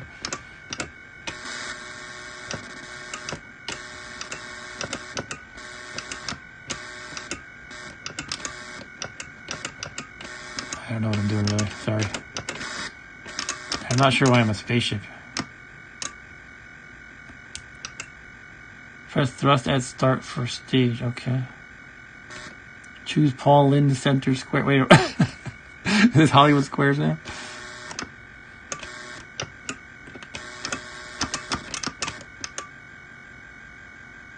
I have to start over. Face down. Oh, I'm dead. I don't understand at all. I'm sorry. I'll give it another shot. But when I feel this clueless, I don't know if I want to do it on the stream. Like maybe practice offline. But all right. I have to draw a heart. So do I start like this? No. Okay, I got those two. I think I did this one next before, right? I did the bottom one. Is it just all about the order? Seriously, just reset. Even though I get to that level, go down. Okay, I'm going down. Okay. I'm waiting for you, Alan. That's it. Go down more. Just keep going down. Oh, thank you, Alan. Oh, not these stupid tether things again. Oh, no. It's from the other game.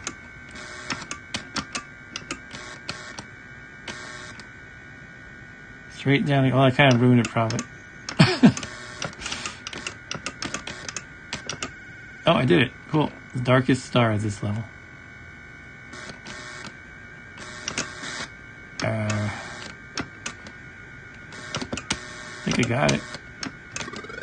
Cool. I got a pentagram or something. Flames of perdition. It's those spinning blades from my cyborg. Did you see that? Those jerks are following me from game to game. They're trying to kill me everywhere I go. I need a drink.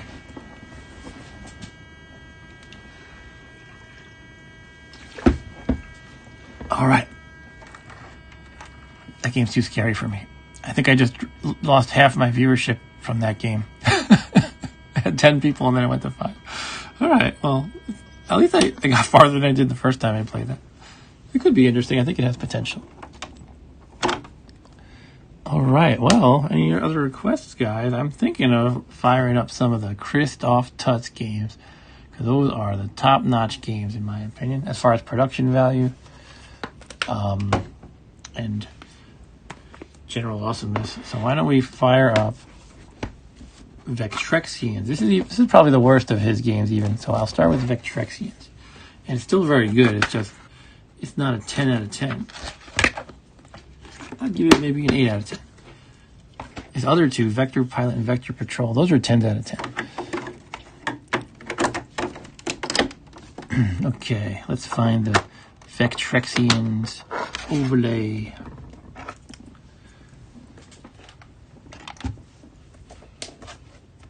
Bear with me a moment. All great games, said Alan. I agree. Christoph Tutz is he's like mind is in tune with the Vectrex assembly language and the machine. He knows how to make it scream. He knows how to make cool animations that are like mind blowing for Vectrex. And he seems like a nice guy too.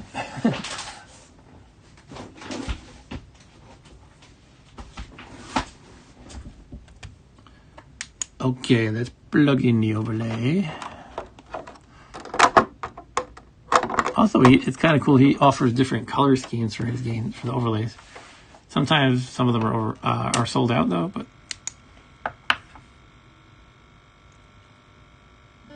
that's right, Ryan. Vectrex Berserk is the Berserk arcade game. And if you have the voice module, you even get the voices. Vectrexes presents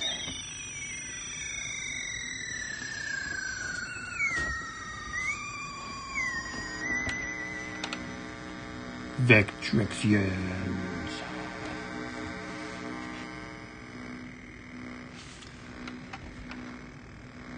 Game calibration. Alright, excuse me a second. Yeah, so like I was saying earlier, he even has these calibrations so you can, even if your video settings are not perfect, the game can adjust them, and it like kind of remembers all the offsets and stuff and just draws them accordingly. I kind of missed how I'm supposed to do this. Let me go back and do it again. Okay, can I like move on? Okay. So 1 is normal enemy drift, 2 is voids drift, 3 is leadered enemy drift. Okay, that doesn't really mean a lot to me, so I'm just going to hit all of 1, 2, and 3 and adjust. So first we're going to hit 1 and adjust them. I think that's good. I guess I want to do this. That's the button 2. Button 3. Alright, I guess that's pretty good.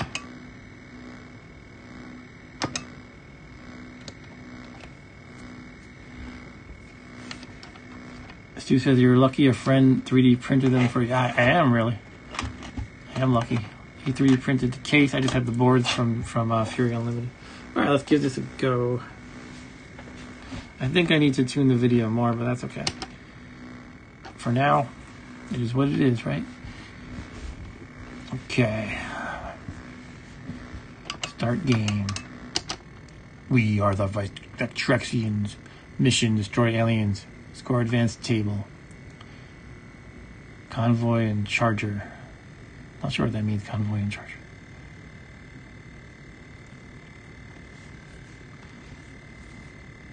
And it's...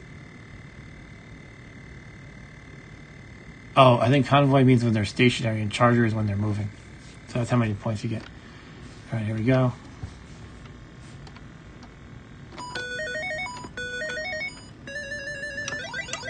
Alan says he thinks the Vectrexian is better than the arcade. Well, it's vector graphics, so therefore, yes.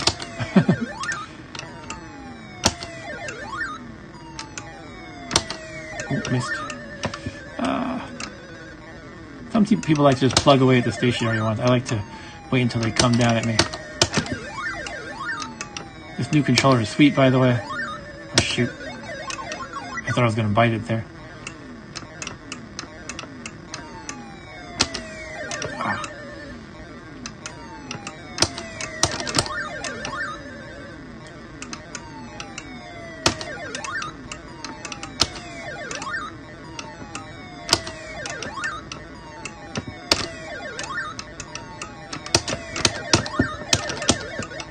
Sweet.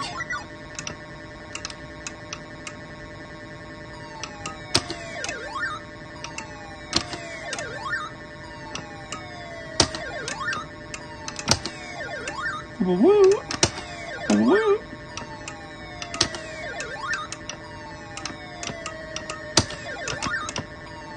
This gets a lot harder, by the way. I'm probably making this look easy, but or it just looks easy. But it does get harder.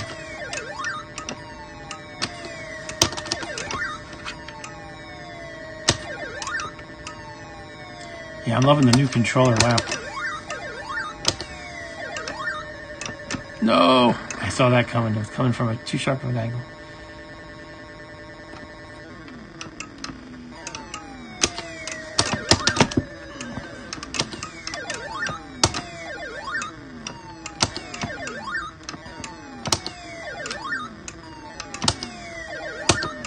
Has anybody tried making Galaga? Because this is like Galaxians, but I wonder if Galaga is feasible. I would think so.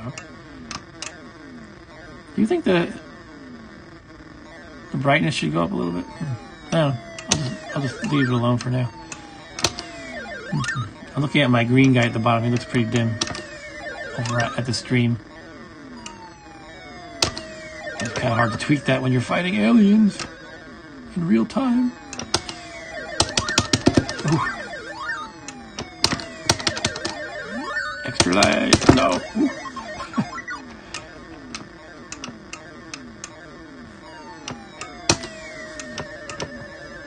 Yeah, Christoph Tutz, I think his current project is Qbert, a Qbert port that he's calling like Vector Jumper or something like that, Vector Bouncer. He doesn't put these out quickly. You know, he's not giving it his, you know, it's not his 40-hour-a-week job or whatever they do in Germany, or Belgium actually. So, you know, they take a while. But the product is always freaking awesome.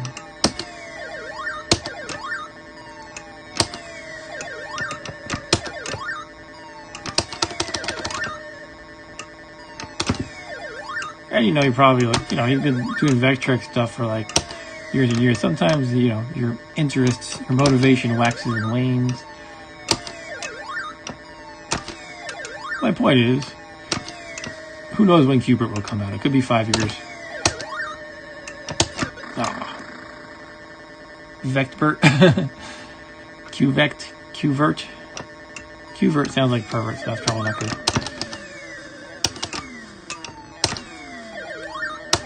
Okay.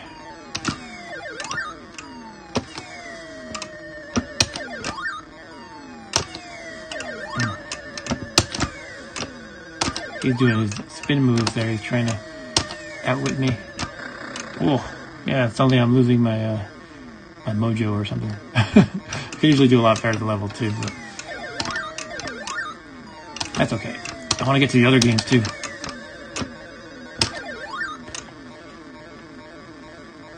Beat him and eat him, Ryan?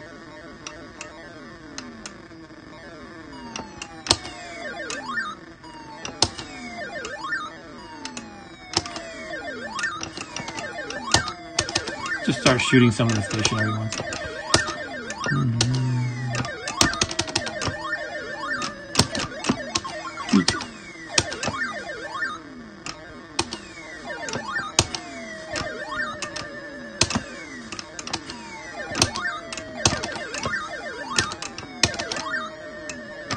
Whoa. Extra life.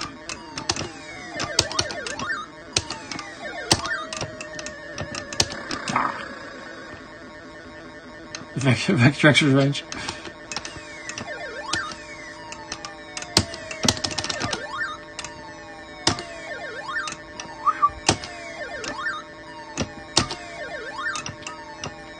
I think I had Galaxians for... Was that for 2600? I feel like I had it for 2600.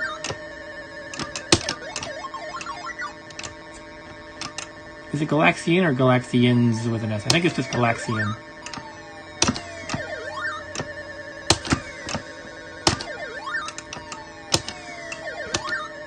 I like how they take advantage of how the Vectrex can rotate and scale.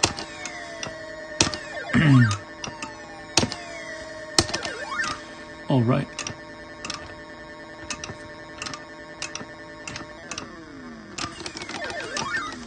Yeah, I'm going to use the force, Alan, don't worry.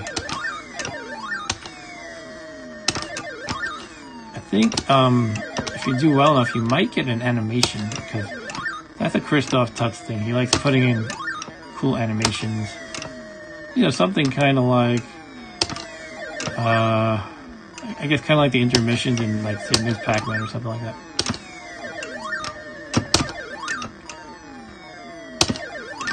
But you'll definitely see those when I play, well, not definitely, I have to do good enough.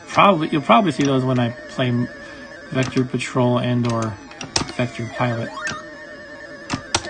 But yeah, it's been a long time. It's been a year and a half, so I could be rusty. I guess we are in the Tutz section of the stream. Oh, whew, I thought I was dead.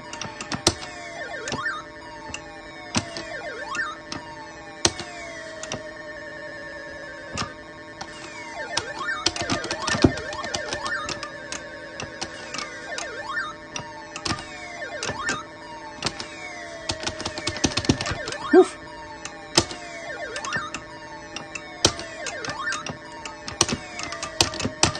No. Oh.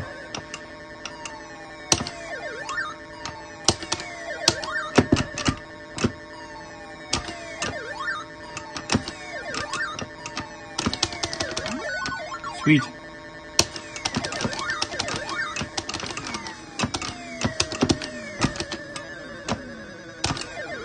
But yeah, Stu, you said earlier you didn't know I was such a Vectrex fan. This is I actually am, and this is actually what started my whole streaming thing. I was streaming Vectrex, and then my Vectrex went on the fritz, and I did not. I was trying to repair it myself. I wasn't really successful. I told this story earlier in the stream. Long story short, a guy on Craigslist was selling in New Jersey was selling 3 Vectrexes for $600, plus a like $100-ish multi-cart, a light pen, a Sega Genesis adapter for Vectrex, 2 games, and an overlay, all for $600. So I have I actually have 3 I have 4 Vectrexes technically in various states, and it was quite a deal. So that I just had to jump on that when I heard about that. So that was that's what I did on Monday. Basically, I drove out to New Jersey. Okay, game over. Let's catch up with the chat. Stu says Galaxian copyright 1979 Namco. Ryan says to answer your question from your text in your stream, the Saturday night is from Saturday Night Fever, I'm guessing, but I would recognize the dark from the greatest Nickelodeon show. You are right. I just shamelessly chopped off those logos and I spliced them together, sort of, and yeah. So I stole those. Anyway, that's some Vectrexian, and that is the first of the 3 Christoph Tutz games. So now let's move on to the wonderful Vector Pilot, which is, if you couldn't figure it out, is a time pilot. And by the way, all Tutz's games come in these, they're almost like VHS containers, but they're bigger. If you remember those old plastic VHS containers. And they're really cool. He has like, he prints a manual. The overlay can be put in the rear sleeve, sort of. And I use my binder though, so it's not in this container. But they're really cool. He just put some foam in here to keep the cartridge stable as well. So let's find the overlay. Just bear with me a moment. Let's see. Where did you watch that show, Mark? Says Ryan. Which one again? Are you afraid of the dark? Not much. A little bit. I actually watched it once recently because my wife, as of August, is employed by Viacom CBS, who owns Nickelodeon. So I was using their Paramount Plus streaming service, and I just kind of randomly decided to watch Are You Afraid of the Dark? It wasn't bad, considering it's intended for like teens or preteens, and it's from the 90s. It holds up fairly decently. Anyway, what am I looking for here? Vector Pilot.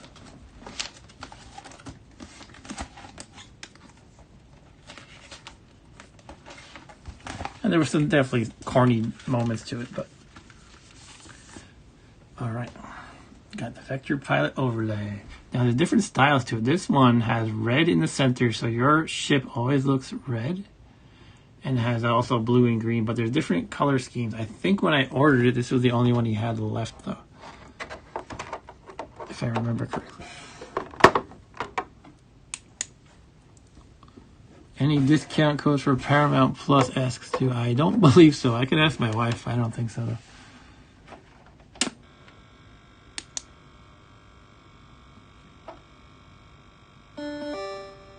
Okay, time for some Vector Pilot in the dark.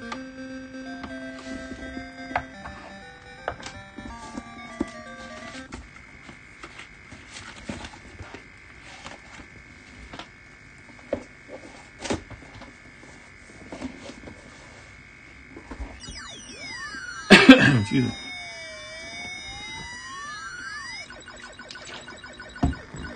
Vector Pilot. It is difficult to capture Vectrex on a camera. It can either look very glowy or sometimes too dim. I feel like it's looking a little too dim lately, but I don't know. Sometimes it seems to depend on the game quite a bit. You can always make some camera adjustments. Maybe that would look nice. Anyway, don't want to fool around too much with that. Yeah, here's the intro scoring table. Each level is a different time. The first one is 1910.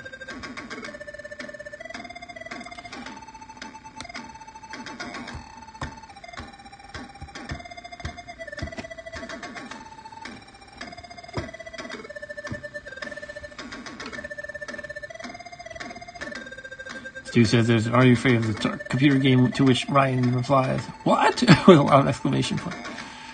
Ryan also says, "Mark's a hacker and his wife works for a conglomerate. I don't know if I should support you, Mark." I'm not a hacker. If you're a programmer, you're not hacking into, you're not causing security breaches. We can go with hacker. When Arturo is here, he backs up Ryan. He says, "I'm a hacker." All right, so this is the 1940 scoring table. It kind of takes its time going through the scoring tables. Let's just go, I guess. I have to remember what buttons are what. I guess it's just shoot, right? You just shoot in Time Pilot. That's all you do. All right. Oh, this is demo mode. Okay. Yeah, you can see this one saves your scores too. He puts in all the bells and whistles. You can see MPW. That's my initials. And it plays one of the songs from Top Gun.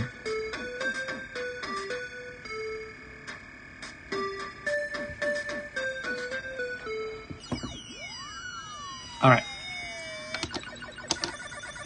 Unleash me. Look at this.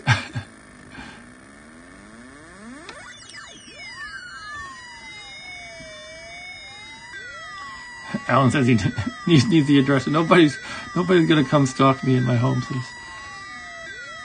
All right. I want to unleash you, but you won't let me play. Okay, here we go.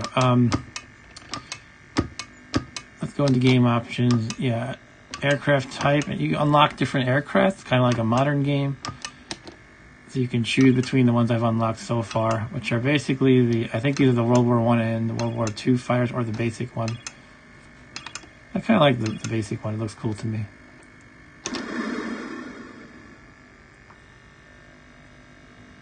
Drunky Kong says, "I was building a full-size arcade 19-inch Vectrex just for this game. I have since sold it to a buddy." How do you... Like it has an actual vector display and everything? And so, if so, that's pretty amazing. Yeah, let's get... Oh, am I playing? Oh, I'm going to demo again. Sorry, let me not get distracted. Button mode, let's see. One left, two... No, I don't want to use... Okay, yeah, you can use the buttons for left and right, but I like using the stick. I'm going to use this top one. So fire is number 4, 3 is pause. And now I'm playing. And you go left and right. It's actually an improvement over the control of Time Pilot. Because you can actually use the original control scheme as well. But in the original, you have to like kind of move in the direction that you want to go. Oh, I just got shot. Yeah, it's Time Pilots too. Fortunately, I think because I played Time Pilot a bunch on Monday, maybe I keep instinctively going to the Time Pilot controls, and I'm going to need another go at this.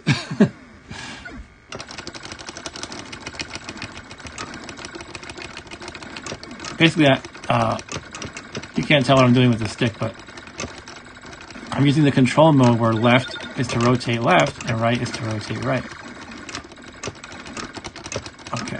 Once you get those kind of small squadron of planes, you get a bonus.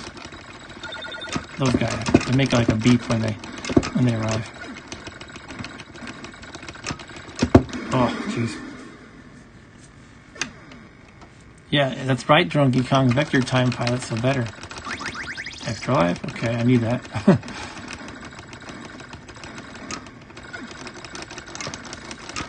Okay, thought I was dead again.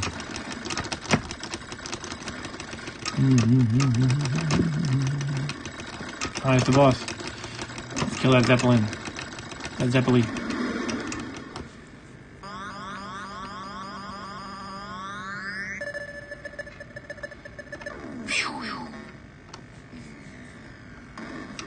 That's cool, Drunky Con. I'm like, I would love to see that. Is there like a video of it anywhere on YouTube?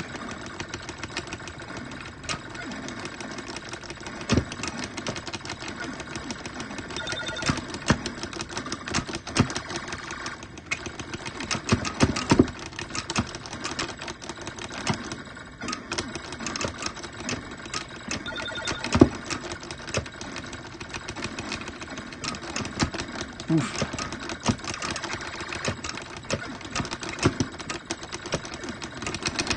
I underestimated the distance I needed. Alright.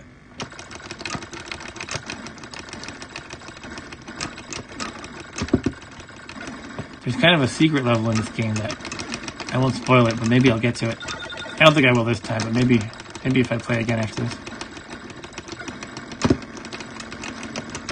Oh man, yeah, I'm sucking. Alright, that's okay.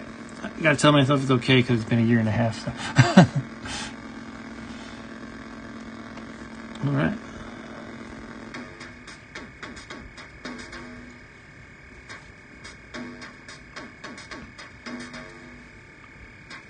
If you are enjoying the stream, like and subscribe, you know the drill. Okay, I'm gonna give this another try. Hopefully I'll do better. I didn't make my high score list this time. And maybe we'll move on to Vector Patrol right after. There are different difficulties. I don't remember what it defaults to, so I might be playing like probably normal. I think I have one of the high scores on highscore.com for this game. And again, it's not a huge amount of scores there. Like, you know, not a huge amount of submissions, so it doesn't really mean much. But it gives me, something to compete against. If I see somebody has, in game ABC, any arbitrary game, if I see somebody on highscore.com has 100,000 points, then I try to get 101,000. It's a lot of fun.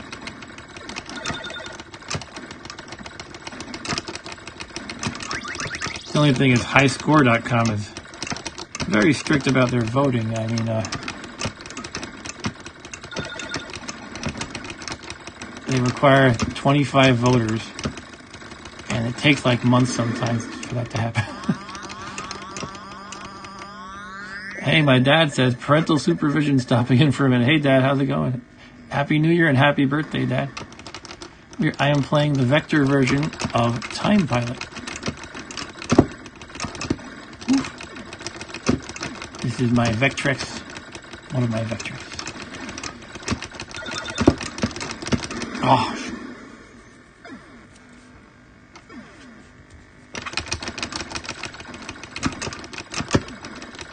In this game, you are a fighter pilot who travels through time for some reason.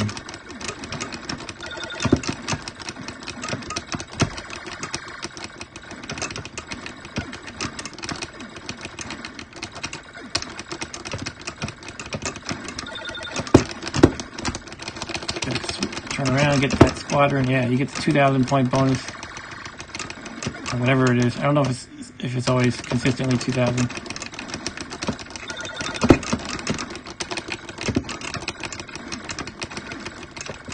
I think with the parachuters, each successive one you get increases the bonus.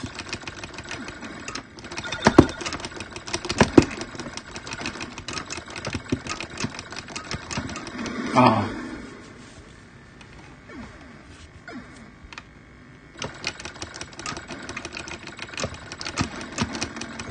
Oh man. Okay, I still got, looks like 2 lives. You can see at the top left. Here's our boss. Got him.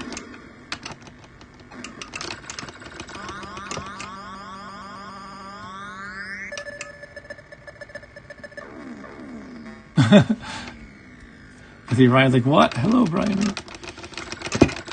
Yeah, my dad has been in the chat of my streams like maybe 3 or 4 times. Okay, now we're in, I think this is supposed to be Nam. Oh.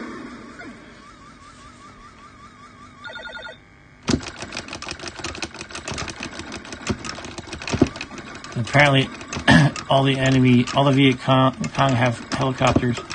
I don't know. The more I'm playing tonight, the more I see I need to make some video adjustments. That's okay though. Ooh. Okay, well that is some Vector Pilot. A really cool port of Time Pilot to the Vectrex by Christoph Tuss. I made the high score at least this time. I think I accidentally skipped the first initial.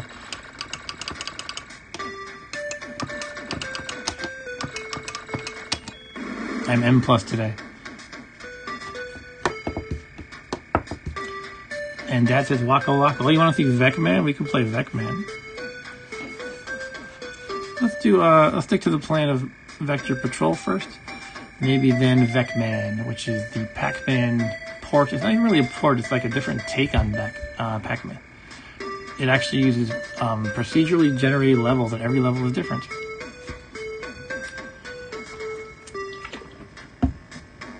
This is so cool though.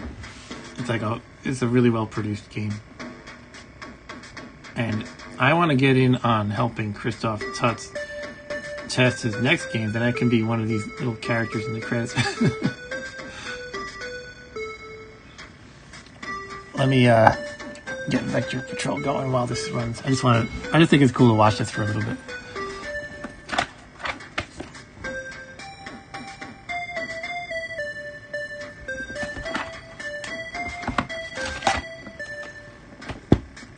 Now to find the overlay.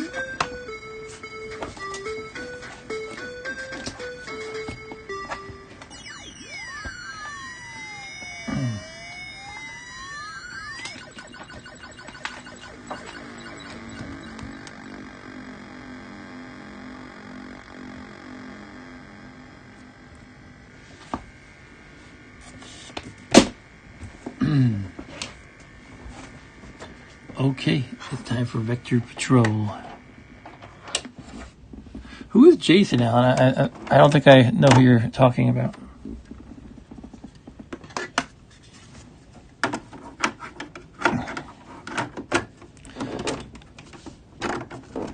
Okay, plug it in the cart. Let's get the overlay going.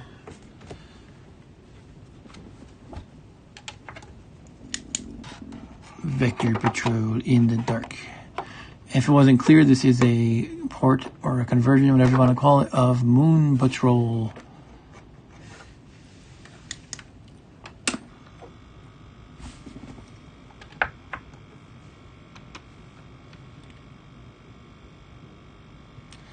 Oh, Donkey Kong pointed out that if you don't beat your level record on Vector Patrol, you won't get a cutscene. So I probably will not. I'm trying to beat, well-practiced me from a year and a half ago, so likely I will not get that. That's okay though. Here we are, Vector Patrol. Again, you can kind of see how badly offset my stuff is, because I think that red rectangle is supposed to cover your guy, and I'm below it. But again, we're just going to roll with it. Game options, difficulty. Let's do normal.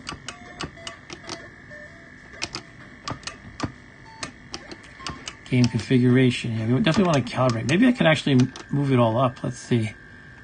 Button 1 plus joystick is adjust attack. Digital analog converter. Okay. Yeah, this is to you want to make the shapes look good, basically. I think I'm screwing them up too much. I can't get them all right. Like if I look at the play on the right, I can get it right, but then the thing on the left looks all screwy. I don't know. I think I definitely need to make adjustments to the hardware. So I guess I'll try to get it kind of okay-ish for both. I don't know. I don't know if the top lines are supposed to be flat or like this. Alright, I don't want to play around with this too long. We'll just go with it. Adjust the width. We can do that though. Which one is 2?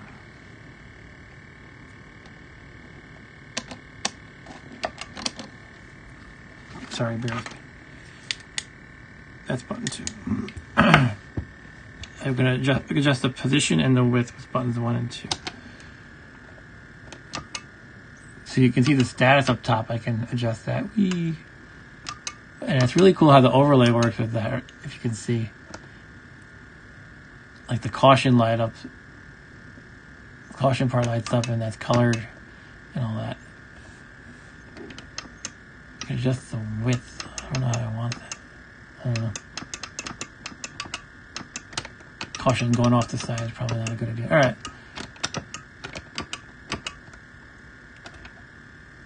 I'll call it good enough, I suppose. The funny thing is, depending on my eyeballs and the camera is different. Like, the camera is below my eyeballs, so you can see at the top status there's like a little bit of red of the text sticking off below that line. But to my eyeballs, it looks okay. If I bend my head down and look up, it looks kind of like the camera. Anyway, continue. Alright, we're going to go with that, even though it's not perfect. Button mode. There's basically pause, jump, and fire. That looks fine. 4, 3, 2.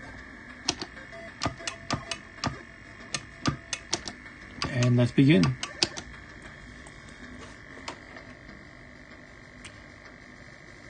Turning up the volume a little bit. That's pretty good. Okay, so it needs louder. Start game, here we go. Beginner's chorus, go.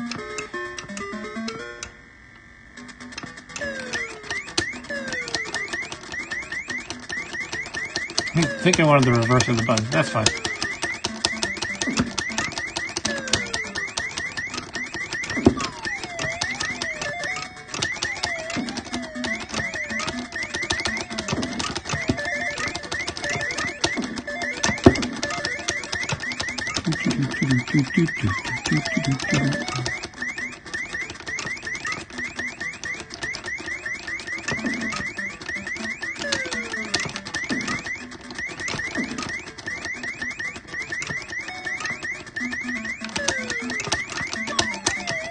Has anybody played the original Moon Patrol much? I never really played it much back in the day, but this game, Vector Patrol, got me into it more. So I've played it more on Monday Main and such.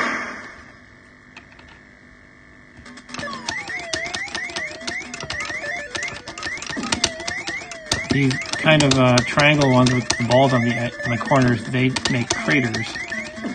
You have to be aware of that.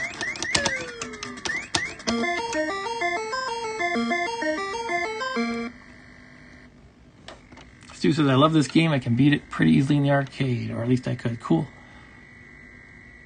And Alan McClellan says, another game I think is better than the arcade. Everything's better in Vectrex. The vector form. It's only worse if, like, you can't handle it computationally. Like, you know, the game has huge flicker problems. Otherwise, better on Vectrex. That's my story. My theory.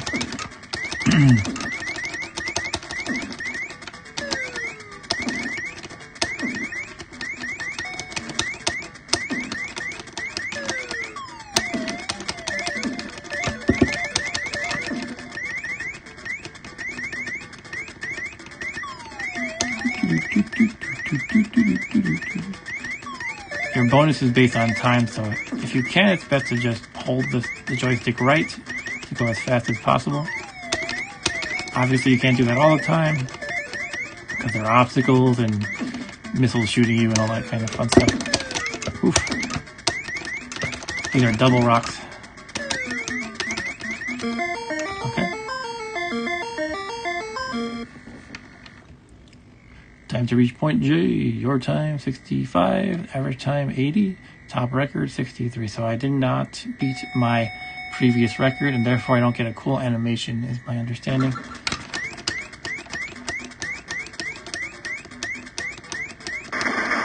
Oh, I forgot about those freaking mines. Those are hard. Okay, I didn't even see it.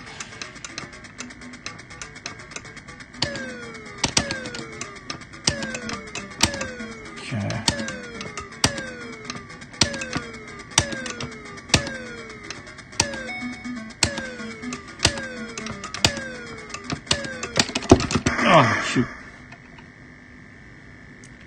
mines are tricky. I'm probably going to die here, quite honestly.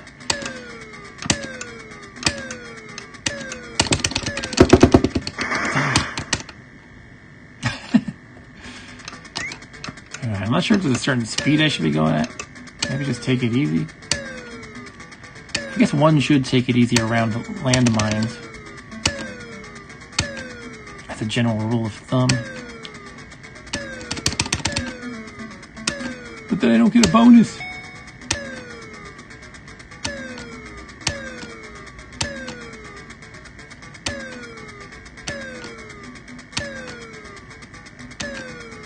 Okay. Should we rush now? Yeah, here we go.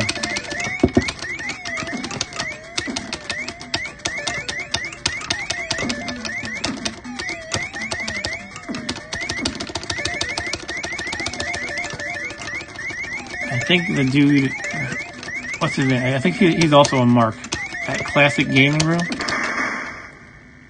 He has a phrase, everything is better on Vectrex. And I agree with that other Mark. Alright. Look, you can put in Qbert. Look at that. And other strange symbols, like a Space Invaders guy.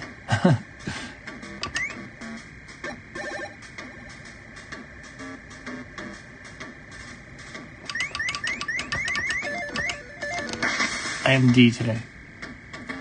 Yeah, the arcade one is pretty easy, I feel like. Let's do a continue.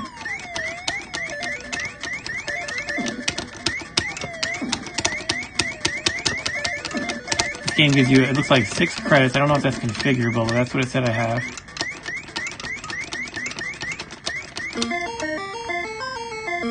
And let's see, what time are we at? We're about 2 hours in. Maybe we'll go a little bit longer. I'll fire up some Vecman, at least. And as always, I will take requests.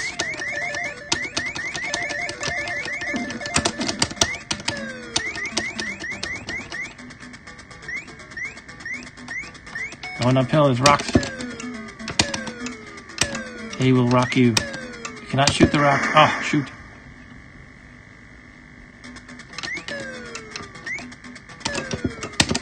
Yeah, I gotta slow it down. That's stupid of me.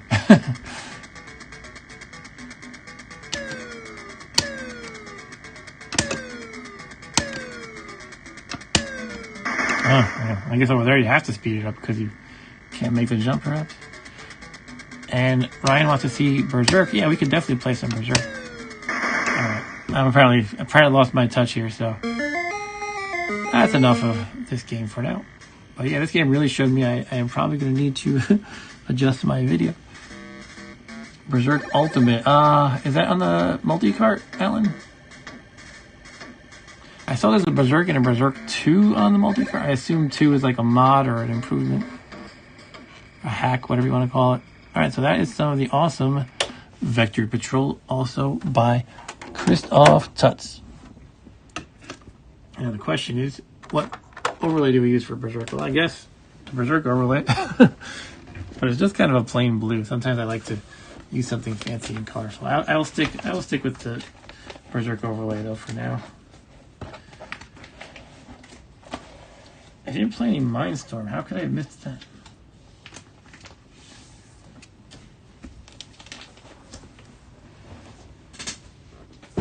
Mindstorm is actually really good in my opinion. My first impression of Mindstorm was, it's an Asteroids clone, but then I realized it's really good because it has multiple mine types. Mines being kind of like the asteroids, and you have to handle them in different ways. And I like the little dots that are basically indicating where the mines are going to spawn. That adds an interesting dimension to the gameplay. Okay, Berserk. Let's pop in the multi-card. Oh, where the hell did I put that? It's on my desk here somewhere as I'm throwing things around.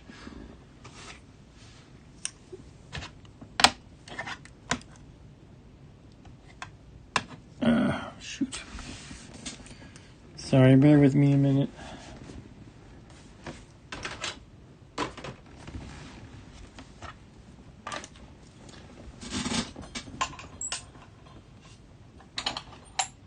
the light goes on. Oh, I can't see.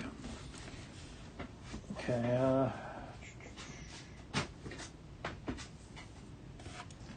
I have Vecman right here. Okay, I found it.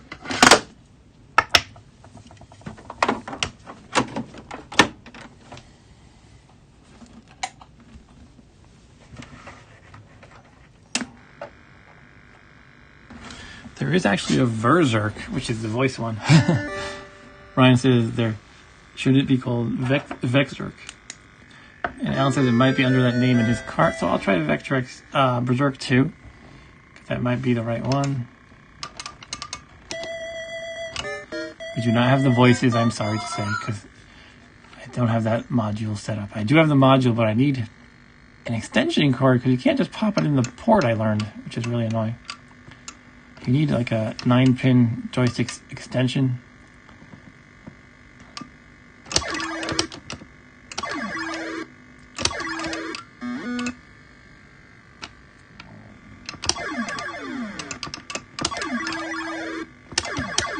My favorite part of Berserk is how often the robots commit suicide.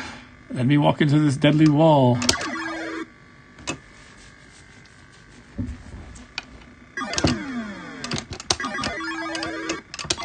Unfortunately, on Vectrex, this is subject to significant slowdown.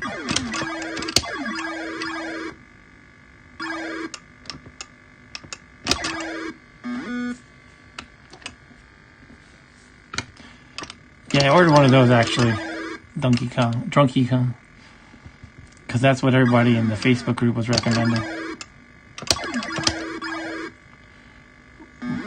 Oh, Evil Otto, I better get out of here. Can't get the last one, so no bonus for me.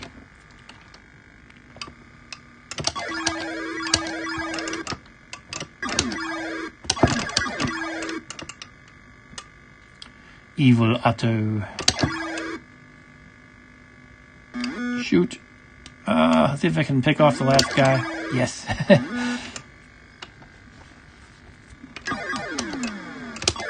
Why are you saying no, Alan?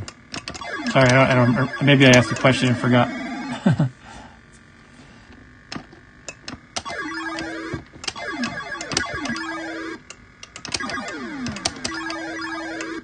have to say, I kind of wish their death sound was a little better than boop. But that's okay. I'm nitpicking. It's a fun game. That's the Vectrex version.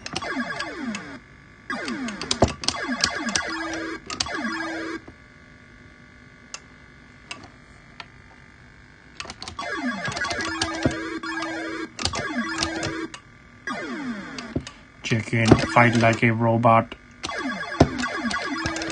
Somebody needs to fill in the voices. I bet you know all the voices too. You should just type them out in chat. All the things that they say.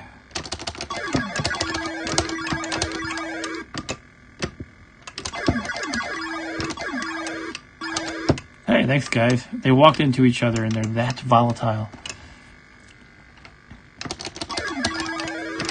Whoever engineered these robots, I don't know.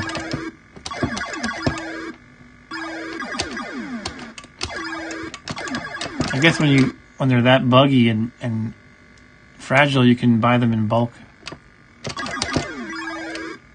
So they're really cheap. You just buy thousands of robots, fill up these rooms with them for some reason. Order detected in pocket.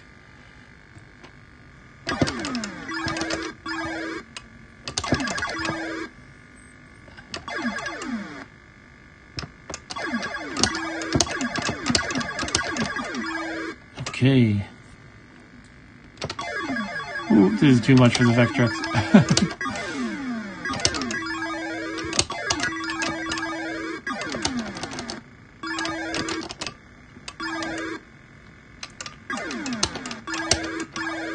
Okay, touch a wall, guys, please. Or just hug and kiss or something.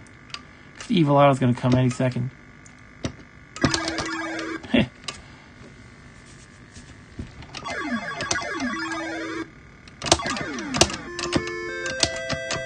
I assume that's an extra life.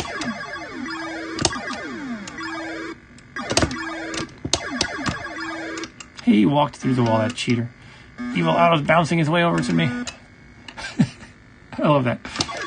To me, Evil Otto is the definitive, you're taking too long, have an indestructible enemy kind of guy. If I encounter that kind of character in any other game, I say, oh, this is the Evil Otto of this game. He is the archetype.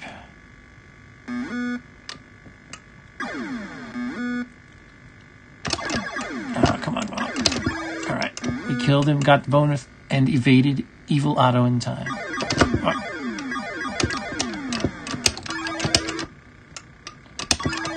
Sorry. Glancing at the chat when I should be killing robots. Come on, robot. Alright.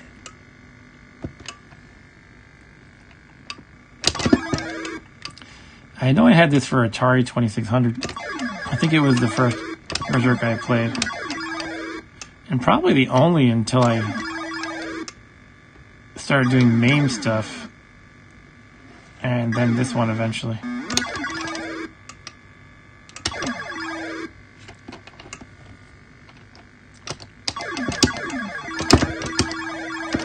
Yes.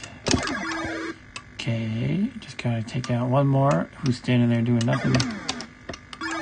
And he walked into the wall for me.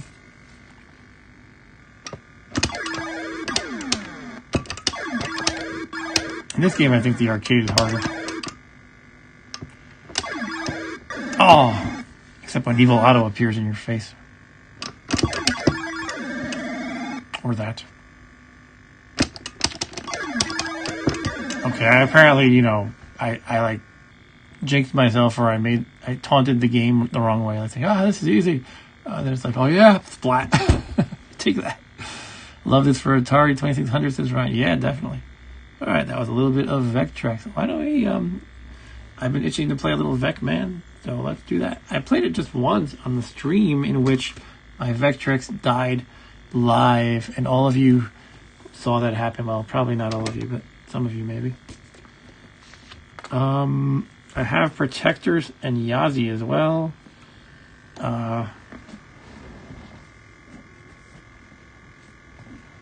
But let's do Vec Man. Now, I don't have an overlay for Vec Man, I don't think. So I'm just going to use Berserk. Now, these are from Pack Rat Games. They give you this nice plastic box. I wish they include overlays. That's my only thing. My only complaint. They do not include overlays. But they are nice. They have a little booklet. Let me show you the booklet for Vec Man.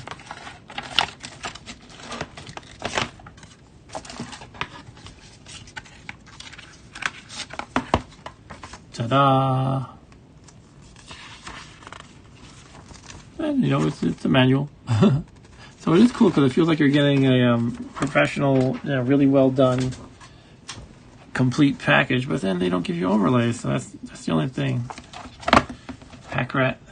I would like overlays, Pack Rat. Vectrex really took a Smurf attitude when naming things, says Ryan. It seems like it's mostly the homebrewers that call everything Vector this and that. Quite honestly. Oh, did I not put in the game? Yeah. Hey, I'm up for Mindstorm too, though.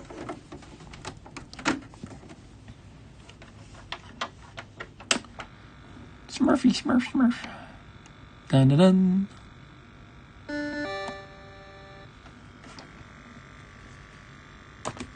Okay, Vec Man. Now this, by the way, a Vectrex Academy game. There is a university whose name I don't recall in Germany, where there's a professor. I think his name is something like Dr. Johansson or something like that. He has a class where all he does is have his students make Vectrex games. And some of them come out really good, and this was one of them. So this was originally a student's game, I think. Maybe the professor worked on it with the student, and it kind of evolved into a full-fledged game that you can buy. Let's press 1 to calibrate. So you can calibrate the corners. It looks pretty good to me. 2 and 3 is adjust. Wait. Oh. So you just want to have the little Pac-Man in the corners, basically. And you can hit 4 to go to the next screen, I guess. These are the pills. We can adjust with 2 and 3 as well. I think I want to shift them to the left. Okay, that's pretty good.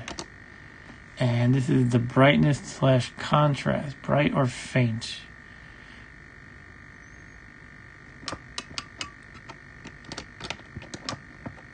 What does it mean, POTI adjust? And 4 is done. What is POTI? I can move the joystick, that does nothing. Buttons 1, 2, and 3 do nothing, so I guess I'm just going to hit 4. Oh, I think it's telling you to turn the brightness in the back if you want to adjust them.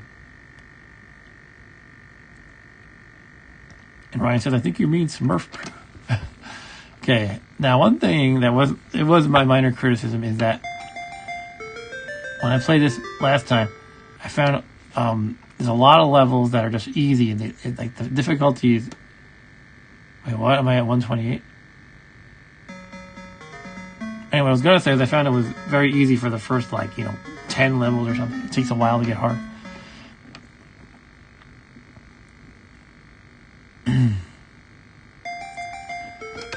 Okay, I thought I was starting, but I guess not.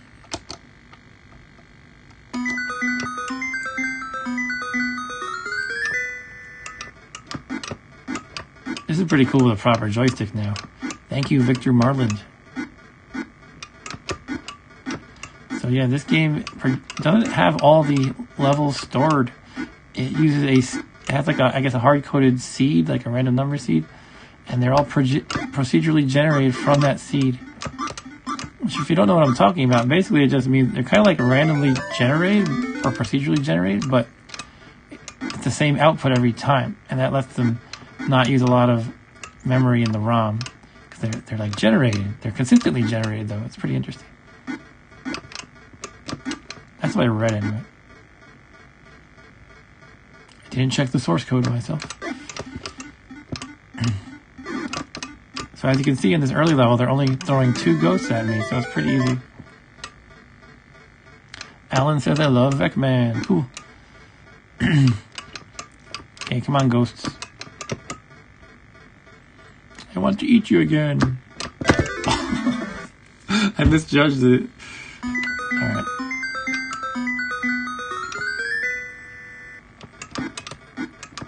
I guess I assumed I was going to eat it based on my, thousands of time playing Pac-Man or Ms. Pac-Man. So I thought I would just do that and it would be eaten, but no such luck.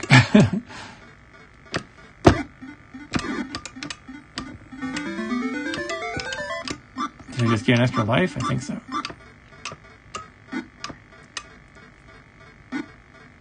I noticed it doesn't show your score. Oh. Okay.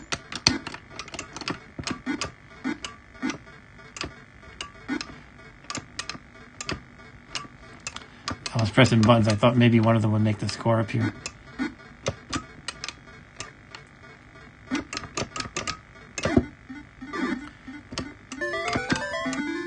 Okay. Alan says this is one I like using my rainbow overlays on. Oh, that's cool. This one has very few dots.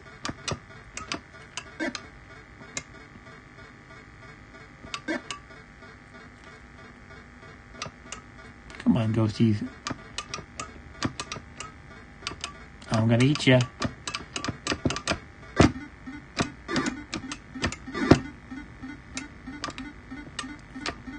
I like that effect when you eat them. They get large and kind of fade out.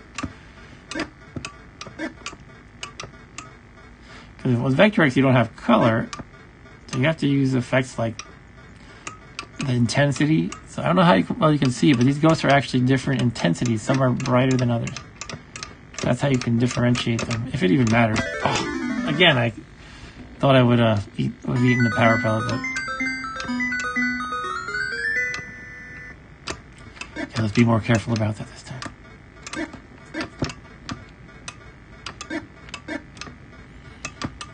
And then strangely, a power pellet in the middle of that south wall. Peter Venkman?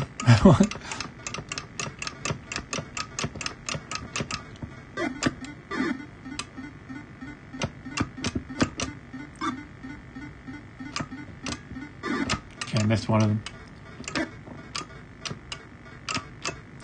This joystick is so super.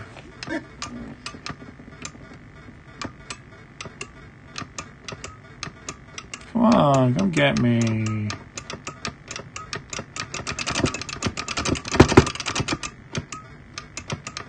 You guys don't even want to come get me, do you? Alright, I'm gonna give up. Now he's coming for me.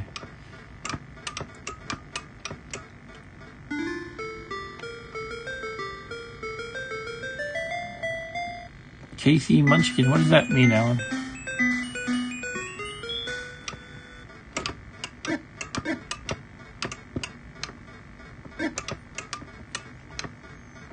Thanks for all the likes, by the way, and the subscriptions. I appreciate that. And this is probably one of my most successful streams in a long time, which means people like seeing Vectrex. And I'll definitely do more of this. I love playing Vectrex. I love showing off cool toys that work with the Vectrex. There's a lot of those.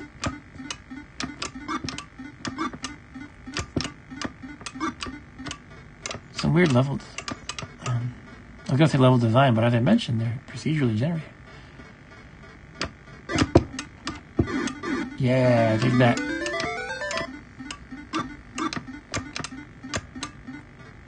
Oh, KC Munchkin is a clone? Okay.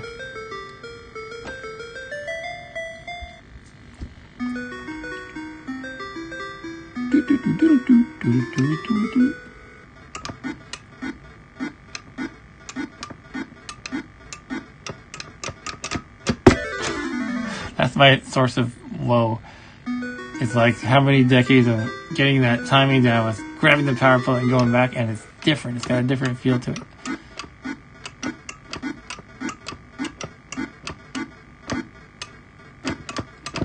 Just gotta not assume anything. Wait for the visual confirmation, right? Like not shooting until I see the whites of the eyes or something like that. Are you streaming tonight, Stu, by the way?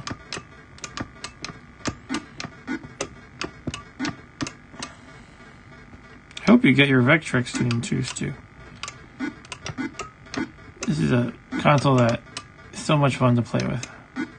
And the community is like part of the reason. It's an amazing community. And I want to go to this university in Germany just to be in the Vectrex game making class. Oh, I missed it.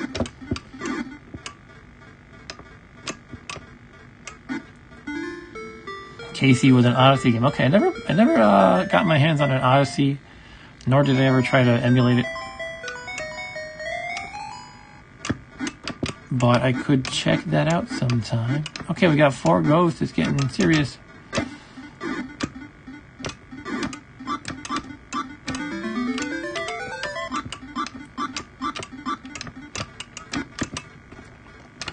gotta say, the lack of score is a little bit of a meh to me. Like, I would like a score, please. Pac-Man's about racking up the points, right? Maybe it just shows you at the end? What am I doing? But this is a cool game overall, nonetheless, despite my minor complaints.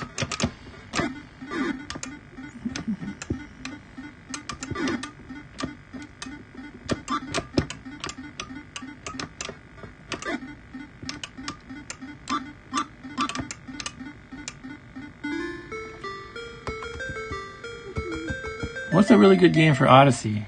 Like maybe I'll do an Odyssey stream sometime. On my Monday streams that I call Monday MAME, because it originated with arcade games only, I often do something like, you know, this is the Sega Genesis stream, or this is the TurboGrafx stream, or one time I did Laserdisc games, so I could focus on Odyssey one time, which I know nothing about, like at all. And look at this, the power pellets are marching around the maze.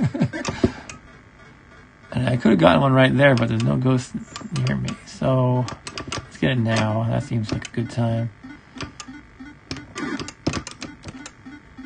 I think I'm only gonna get the one. Yeah, that's okay though.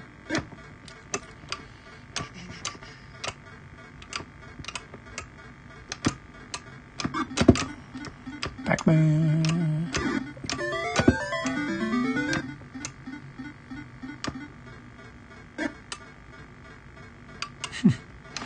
moving power pellets. That's ridiculous. But pretty cool. I like that they didn't just make a direct port. It's different.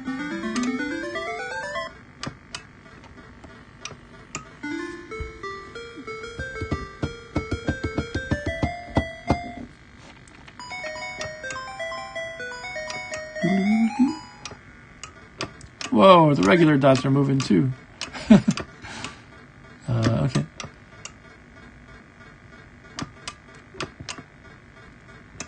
This is funny.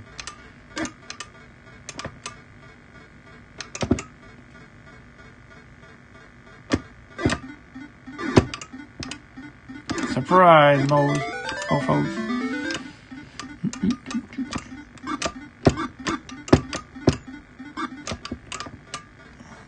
Come hither, come hither.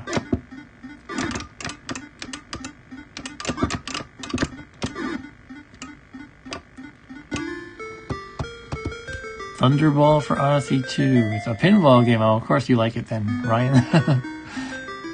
Ryan is our resident pinball aficionado, and he has a virtual pinball table, if I recall correctly. Oh, I know you do. I think you were going to stream that. Did you try streaming a few times? Did that not work out? Or what is this square? Look at that square floating around. I guess I have to touch it because I have to figure out what it does. Does it just block you, maybe? I bet it just blocks you. No, it says stop. What? Oh, it makes the moving dots stop, for what that's worth. I thought it was going to be a barrier. That could be an interesting addition to a Pac-Mania. Just like the thing that moves around and just blocks you. But my assumption was wrong. Oh. Damn it. Ryan said I discovered I wasn't a streamer. Okay. Well, I remember you were streaming, and I would have happily joined, but it was usually at like 1 o'clock in the afternoon from my time or something like that. And usually, when I'm occupied with the kids and stuff like that, it's not always easy. But yeah, I would definitely watch. Sometimes it's hard to watch. I thought I got a power pellet. Jeez, had a brain fart. But yeah, this has 128 levels apparently, and you could play this for hours, I guess. Oh shoot! Oh well. You can play for hours if you don't suck. Oh, you don't like playing and talking? Okay. Yeah, I like playing and talking. Sometimes I just want to be quiet though and get in the zone. It is hard to glance at the chat though. Sometimes, if you're playing an intense game, and you want to, well, you can see that out of the corner of your eye. You can see the chat is moving, so you know people are saying things. But to actually turn your head and read it can be difficult if there's a lot of text.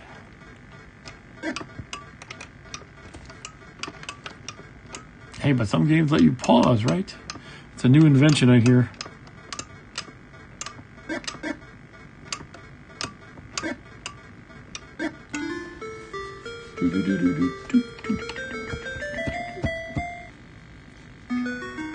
Yeah, too bad Arturo's not here, or if he is here, he's not talking. I don't even know if he knows I'm playing this, even though I pinged him. Because for the longest time, he was kind of like, when are you fixing your Vectrex? I want to see more streams. And it's been so long. I think he would be surprised to see that there's I think what's going to happen is basically he's probably unplugging for his whole time off for the holidays, and he's not paying attention to my messages. And then he's going to see after the fact, and he's going to be like, what? I missed that stream. Anyway, just speculating.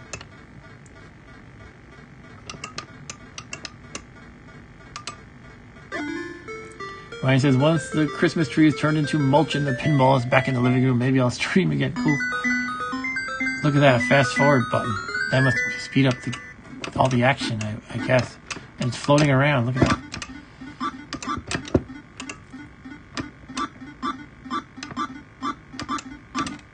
Can't go for it. I don't know I guess I gotta try it, right? I gotta try it. Let's go. fast.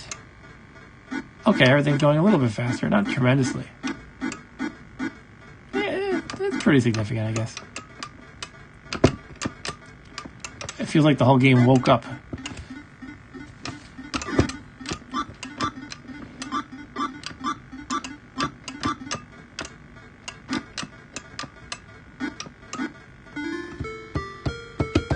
Level 11, here we go.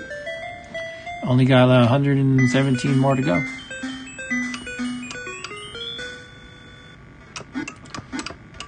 I wonder if the levels get bigger, because right now they're all kind of small. I'm actually tempted to resize the game area on your view, on the stream view, because I feel bad that you're all looking at this tiny little square. But I don't know, it might get bigger later.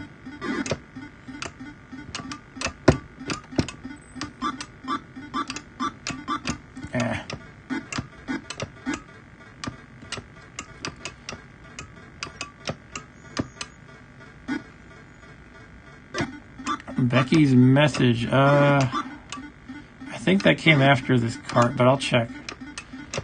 Becky's message is for those who don't know, I think that's the one that's a Donkey Kong clone, right?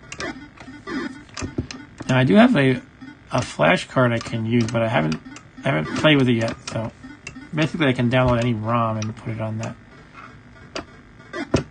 And that's cool because there's a lot of just homebrew games out there. Some of them look really neat, even.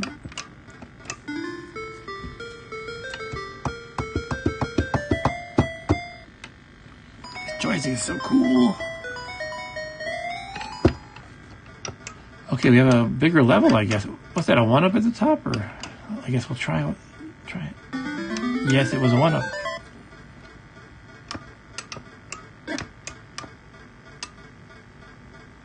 The sparse dots is pretty interesting. Just scattered dots here and there. At the same time, it feels kind of un-Pac-Man-y. You're kind of supposed to be eating all these dots that are all over the place.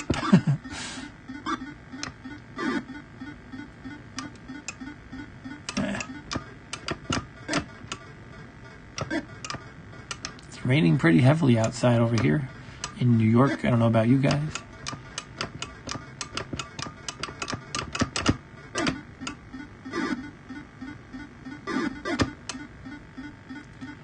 Dogs are freaking out, says Ryan.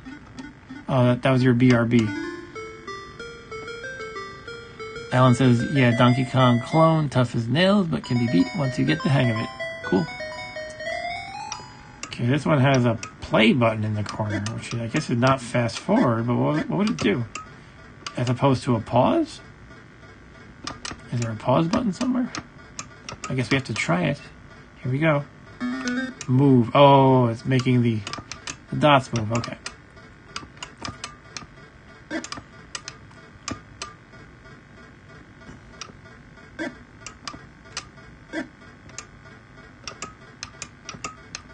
Yeah, the dogs are freaking out over Vectrex because they couldn't handle the awesome.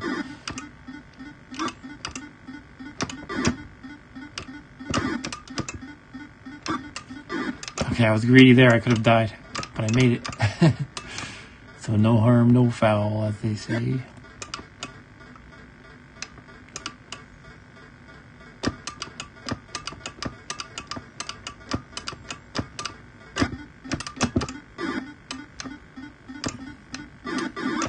Eat 'em up.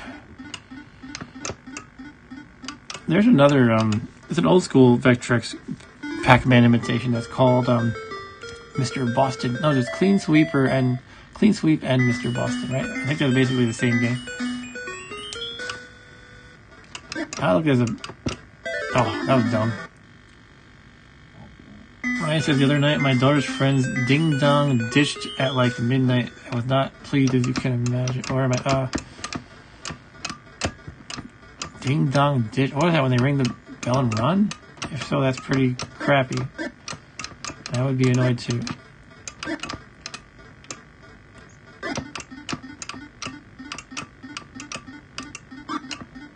Get him. We're going in slow motion.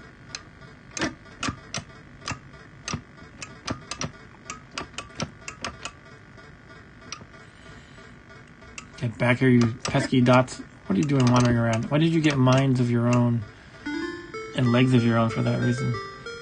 For that matter.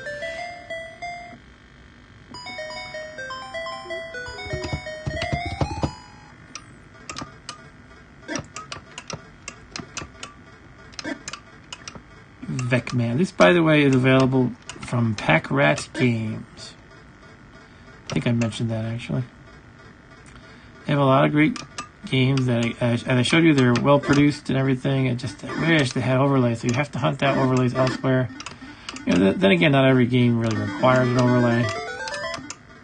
Some games do a lot with the overlay, like Vector Patrol. It has like the colored areas for the status and all that. You know, the status area at the top and all that. Some games are just like a color, like Berserk.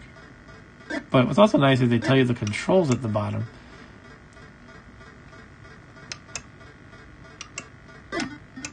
So it'll tell you what buttons 1 through 4 do. Okay, let's get some dots. 2 more dots.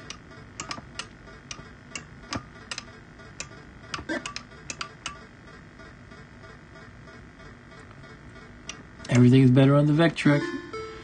Ryan says, this looks better than 2600 Pac-Man. Way better. Well, sure. But if you want it to be fair, you'd probably want to compare it to, there was like a modern version of 2600 Pac-Man, like a homebrew, I guess. I just screwed up there. That it looks a lot better. It looks closer to the Atari 8-bit computer Pac-Man, if I recall correctly. So that'd probably be a more fair comparison because this is a recent game as well. Alright, I'm starting to die, so what do you think, guys? One more game after this one, and which game should it be? One of the original classics, perhaps, or another game from Pack Rat. I have Yazzie, which is Space Invaders. I have Defender, which is on the same cart. I call it Protector, though. I have Release, which is interesting and pretty... Oh, I'm like looking at my cartridges. Oh, well. Okay, Ryan's going to see what Stu is streaming. Okay, see you, Ryan. I'm probably going to wrap this up within 10, 15, 20 minutes. I'm just deciding what last game I want to play. Maybe I'll play a couple. I don't know. Can't resist sometimes. You want to see if there's... I really don't think there's Becky's message, but I'll check. Because I seem to remember the ROM being released like after I had already bought this cart. But let's check. So Alan is talking about Becky's message, which is the Donkey Kong clone, and he thinks it's on this cart. And I'm saying I don't think it is, but if he's right, then hey, that's cool because it's another game. Yeah, it's not here. But hey, we could play one of these. Birds of Prey is kind of cool. That's based on Phoenix. Let's play that a little bit. Oh yeah, that's the only thing. It uses buttons to go left and right. But I love how smooth these characters are. They like move very quickly and smoothly. It looks even better in person.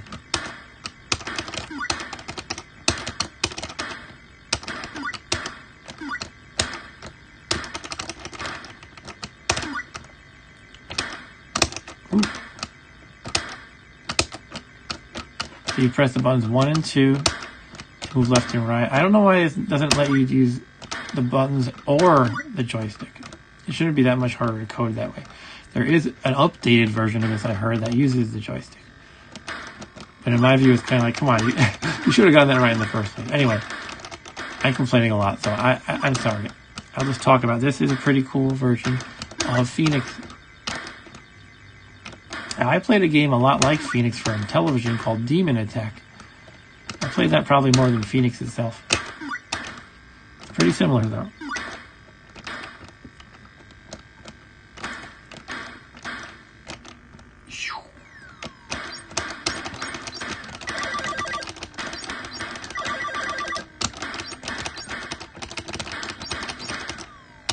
What, do you have to hit him in the center? I'm trying to remember. I think you have to hit him in the center. If you hit him in like the wings, nothing happens.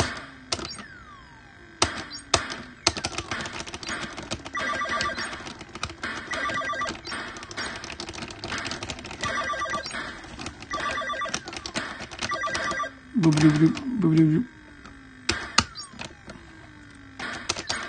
Come on. Oh, there's one left. He's so hard to hit. Oh my god. They don't move at a regular velocity. It throws me off. They kind of accelerate a little bit. Oh, there's a shield? I didn't realize there was shield. Guess it's button 3 then. There we go. Shield. Can you not move when you have the shield on? I guess. It seemed like I couldn't move.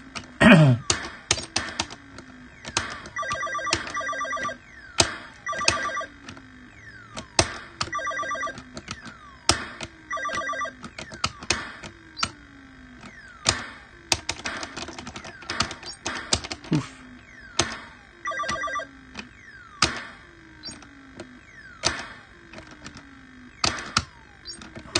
I really struggle when there's one left. Should I just mash the button and hope for the best? Oh, come on, man. Can I go up? I know I can't. But finally. Is the ship now? The big evil ship? Yeah. There's something exactly like this in Demon Attack.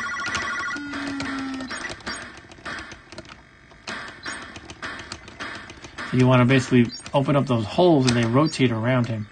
And you have to shoot through the hole to that little central thingy, whatever you call it. Like, I guess that's where the boss is hiding. Okay, I lost a life. I should be using my shield though, you're right, Alan.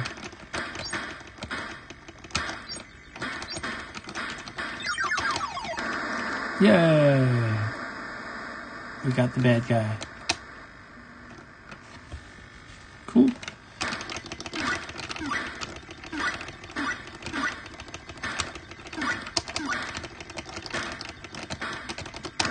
Damn.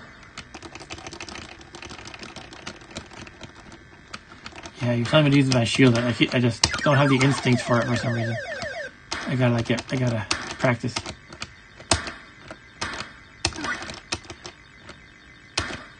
Alright.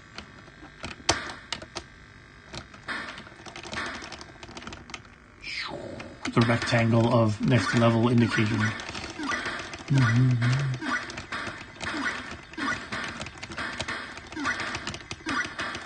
Definitely it's great to have this new joystick. If I were using left and right with the original joystick, the buttons would stick occasionally. Oh, if I mean buttons 1 and 2 for left and right. And that would be tough. But yeah, that's some Birds of Prey. What else shall we play? I gotta play a little more. I just have to. I have to play a little Mindstorm because it's just mandatory. So I'm gonna play the built-in game a little bit, Mindstorm. Let me find the overlay, although it's not really important.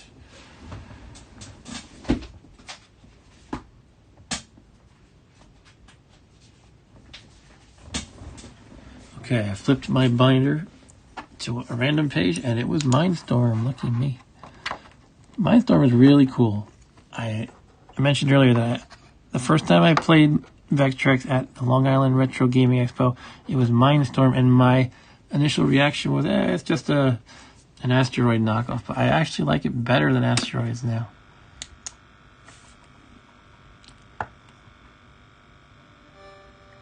I'm looking forward to playing this with the new joystick. Great game for $19.99. What do you mean, the Birds of Prey? Yeah, that is a great game.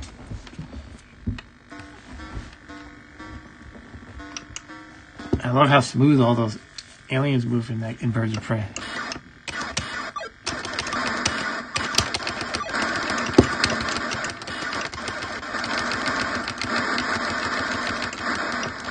You can do this kind of rotate and shoot, but only on the first level, really.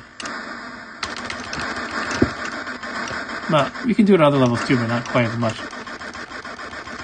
This is so nice with the new joystick. I'm so happy with this.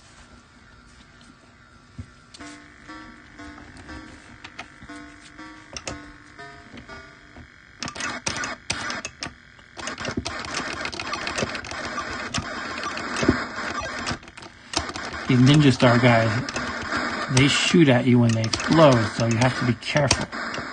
You can't just spray everywhere. You have to be a little controlled when they're in play.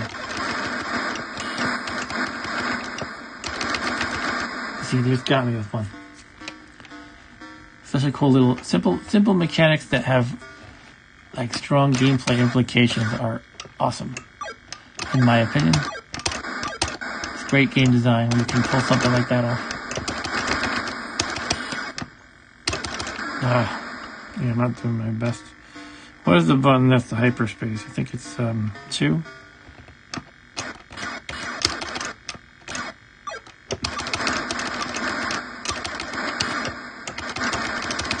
Oh man! I played this earlier today even with my old controller, and I was doing much better than this. Anyway, just gotta improve. Okay, that's hyperspace.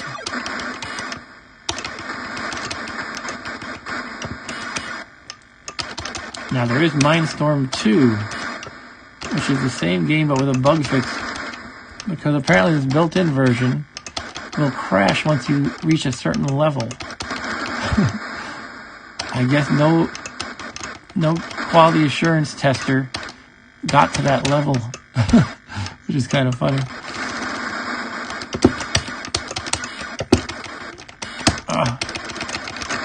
That guy puts more mines down. All these enemies are mines.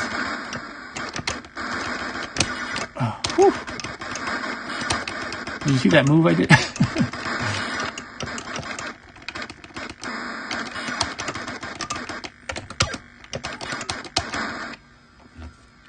All right.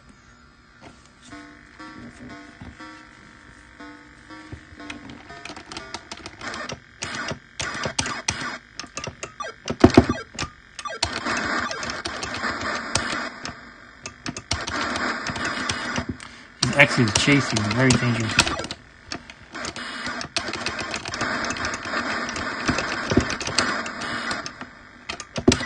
Wrong button. I meant to fire one. I'm still getting used to a little bit of this layout on the controller. That's all good though. With time and practice, it'll be all good.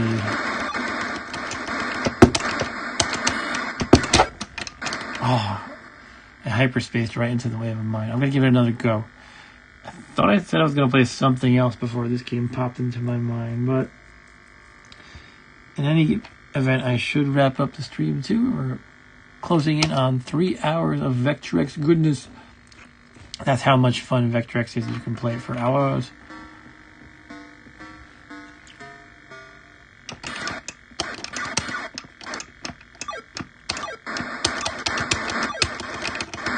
Again, level 1, you can spray and pray a little bit.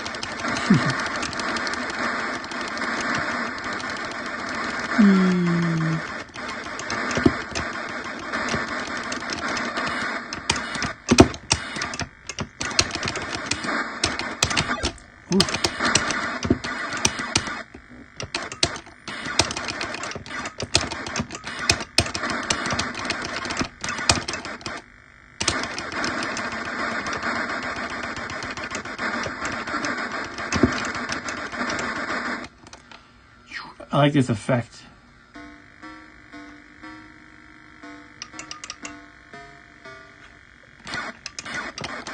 What do you mean by the joystick test? Oh, for the game to play. Oh, shit. Gotcha. Gotta get my fingers on the right buttons. For some reason, with the different layout, it's less intuitive to me. That's okay. I'll get used to it.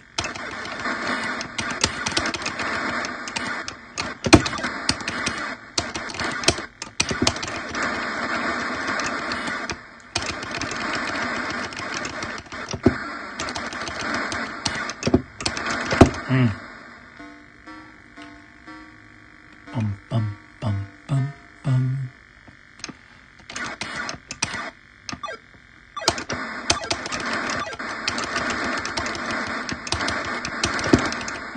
Yeah, I'm not doing my best at all. Yeah, test card is on this. I was using test card to try to calibrate the video. Not with 100% success, by the way.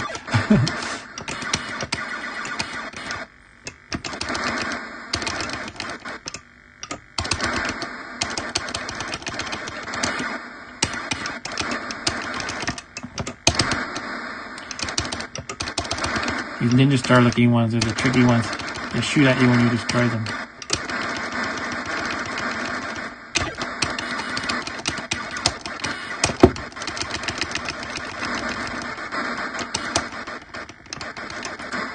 The old rotate in place and spray bullets that they use in Futurama.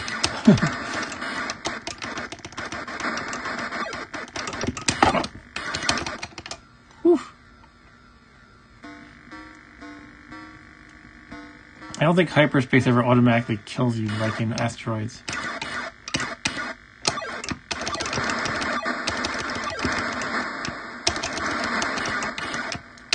Now we have the X's to worry about that seek and destroy you.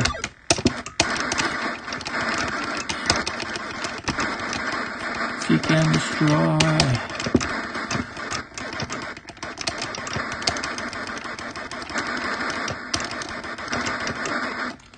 Okay, Mindstorm is tough for me as well, but a lot of people play it quite well. I guess you're saying in the Vector War tournament every year. Cool. Yeah, I love this game. I would love to get better.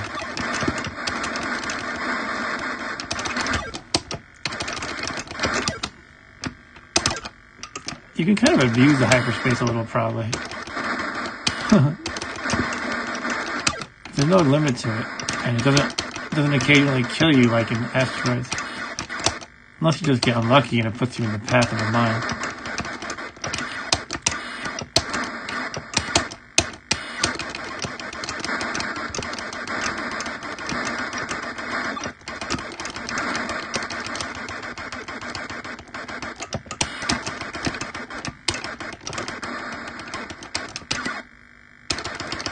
Sometimes you just gotta aim in front of them, fire a stream, and let them walk into it.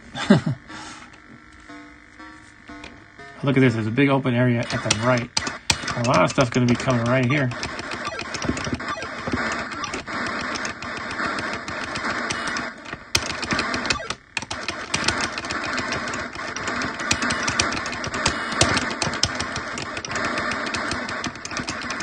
Ah, damn.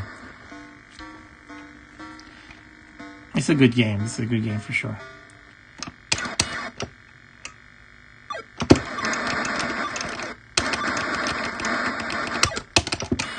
Ah, shoot.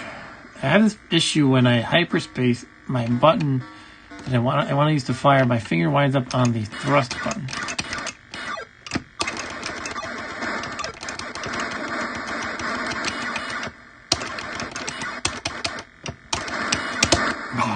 Alright, that's game over for me. Alright. I guess I'll call it a stream, guys. And as is tradition on Saturday Night Vectrex in the Dark, I like to have a certain... I'm knocking things over. I like to have a certain character on the multi-cart play us off as I say goodbye. Maybe you know who this is, Alan. If Arturo is here, he knows. Arturo used to like when I played this guy, but I don't think Arturo is here. But let's have him send us off. Thanks so much for chatting and watching, Alan. And I think Ryan and Stu left, but thank you guys too. Thank you to my father even, who showed up. And who else? I think that covers everybody. Drunky Kong. Thank you as well, Drunky Kong. And thank you for everybody else who watched. If you like what you see here and you want to see more, like and subscribe to support the channel, please. This is just for fun channel, by the way. I don't monetize. I don't plan to monetize. I have no delusions of becoming the next big thing. I just like to play games and chat with you guys. So here it is. Good night, everybody. This is the fellow who's going to play us off. It is the Cantina Band Alien from Star Wars.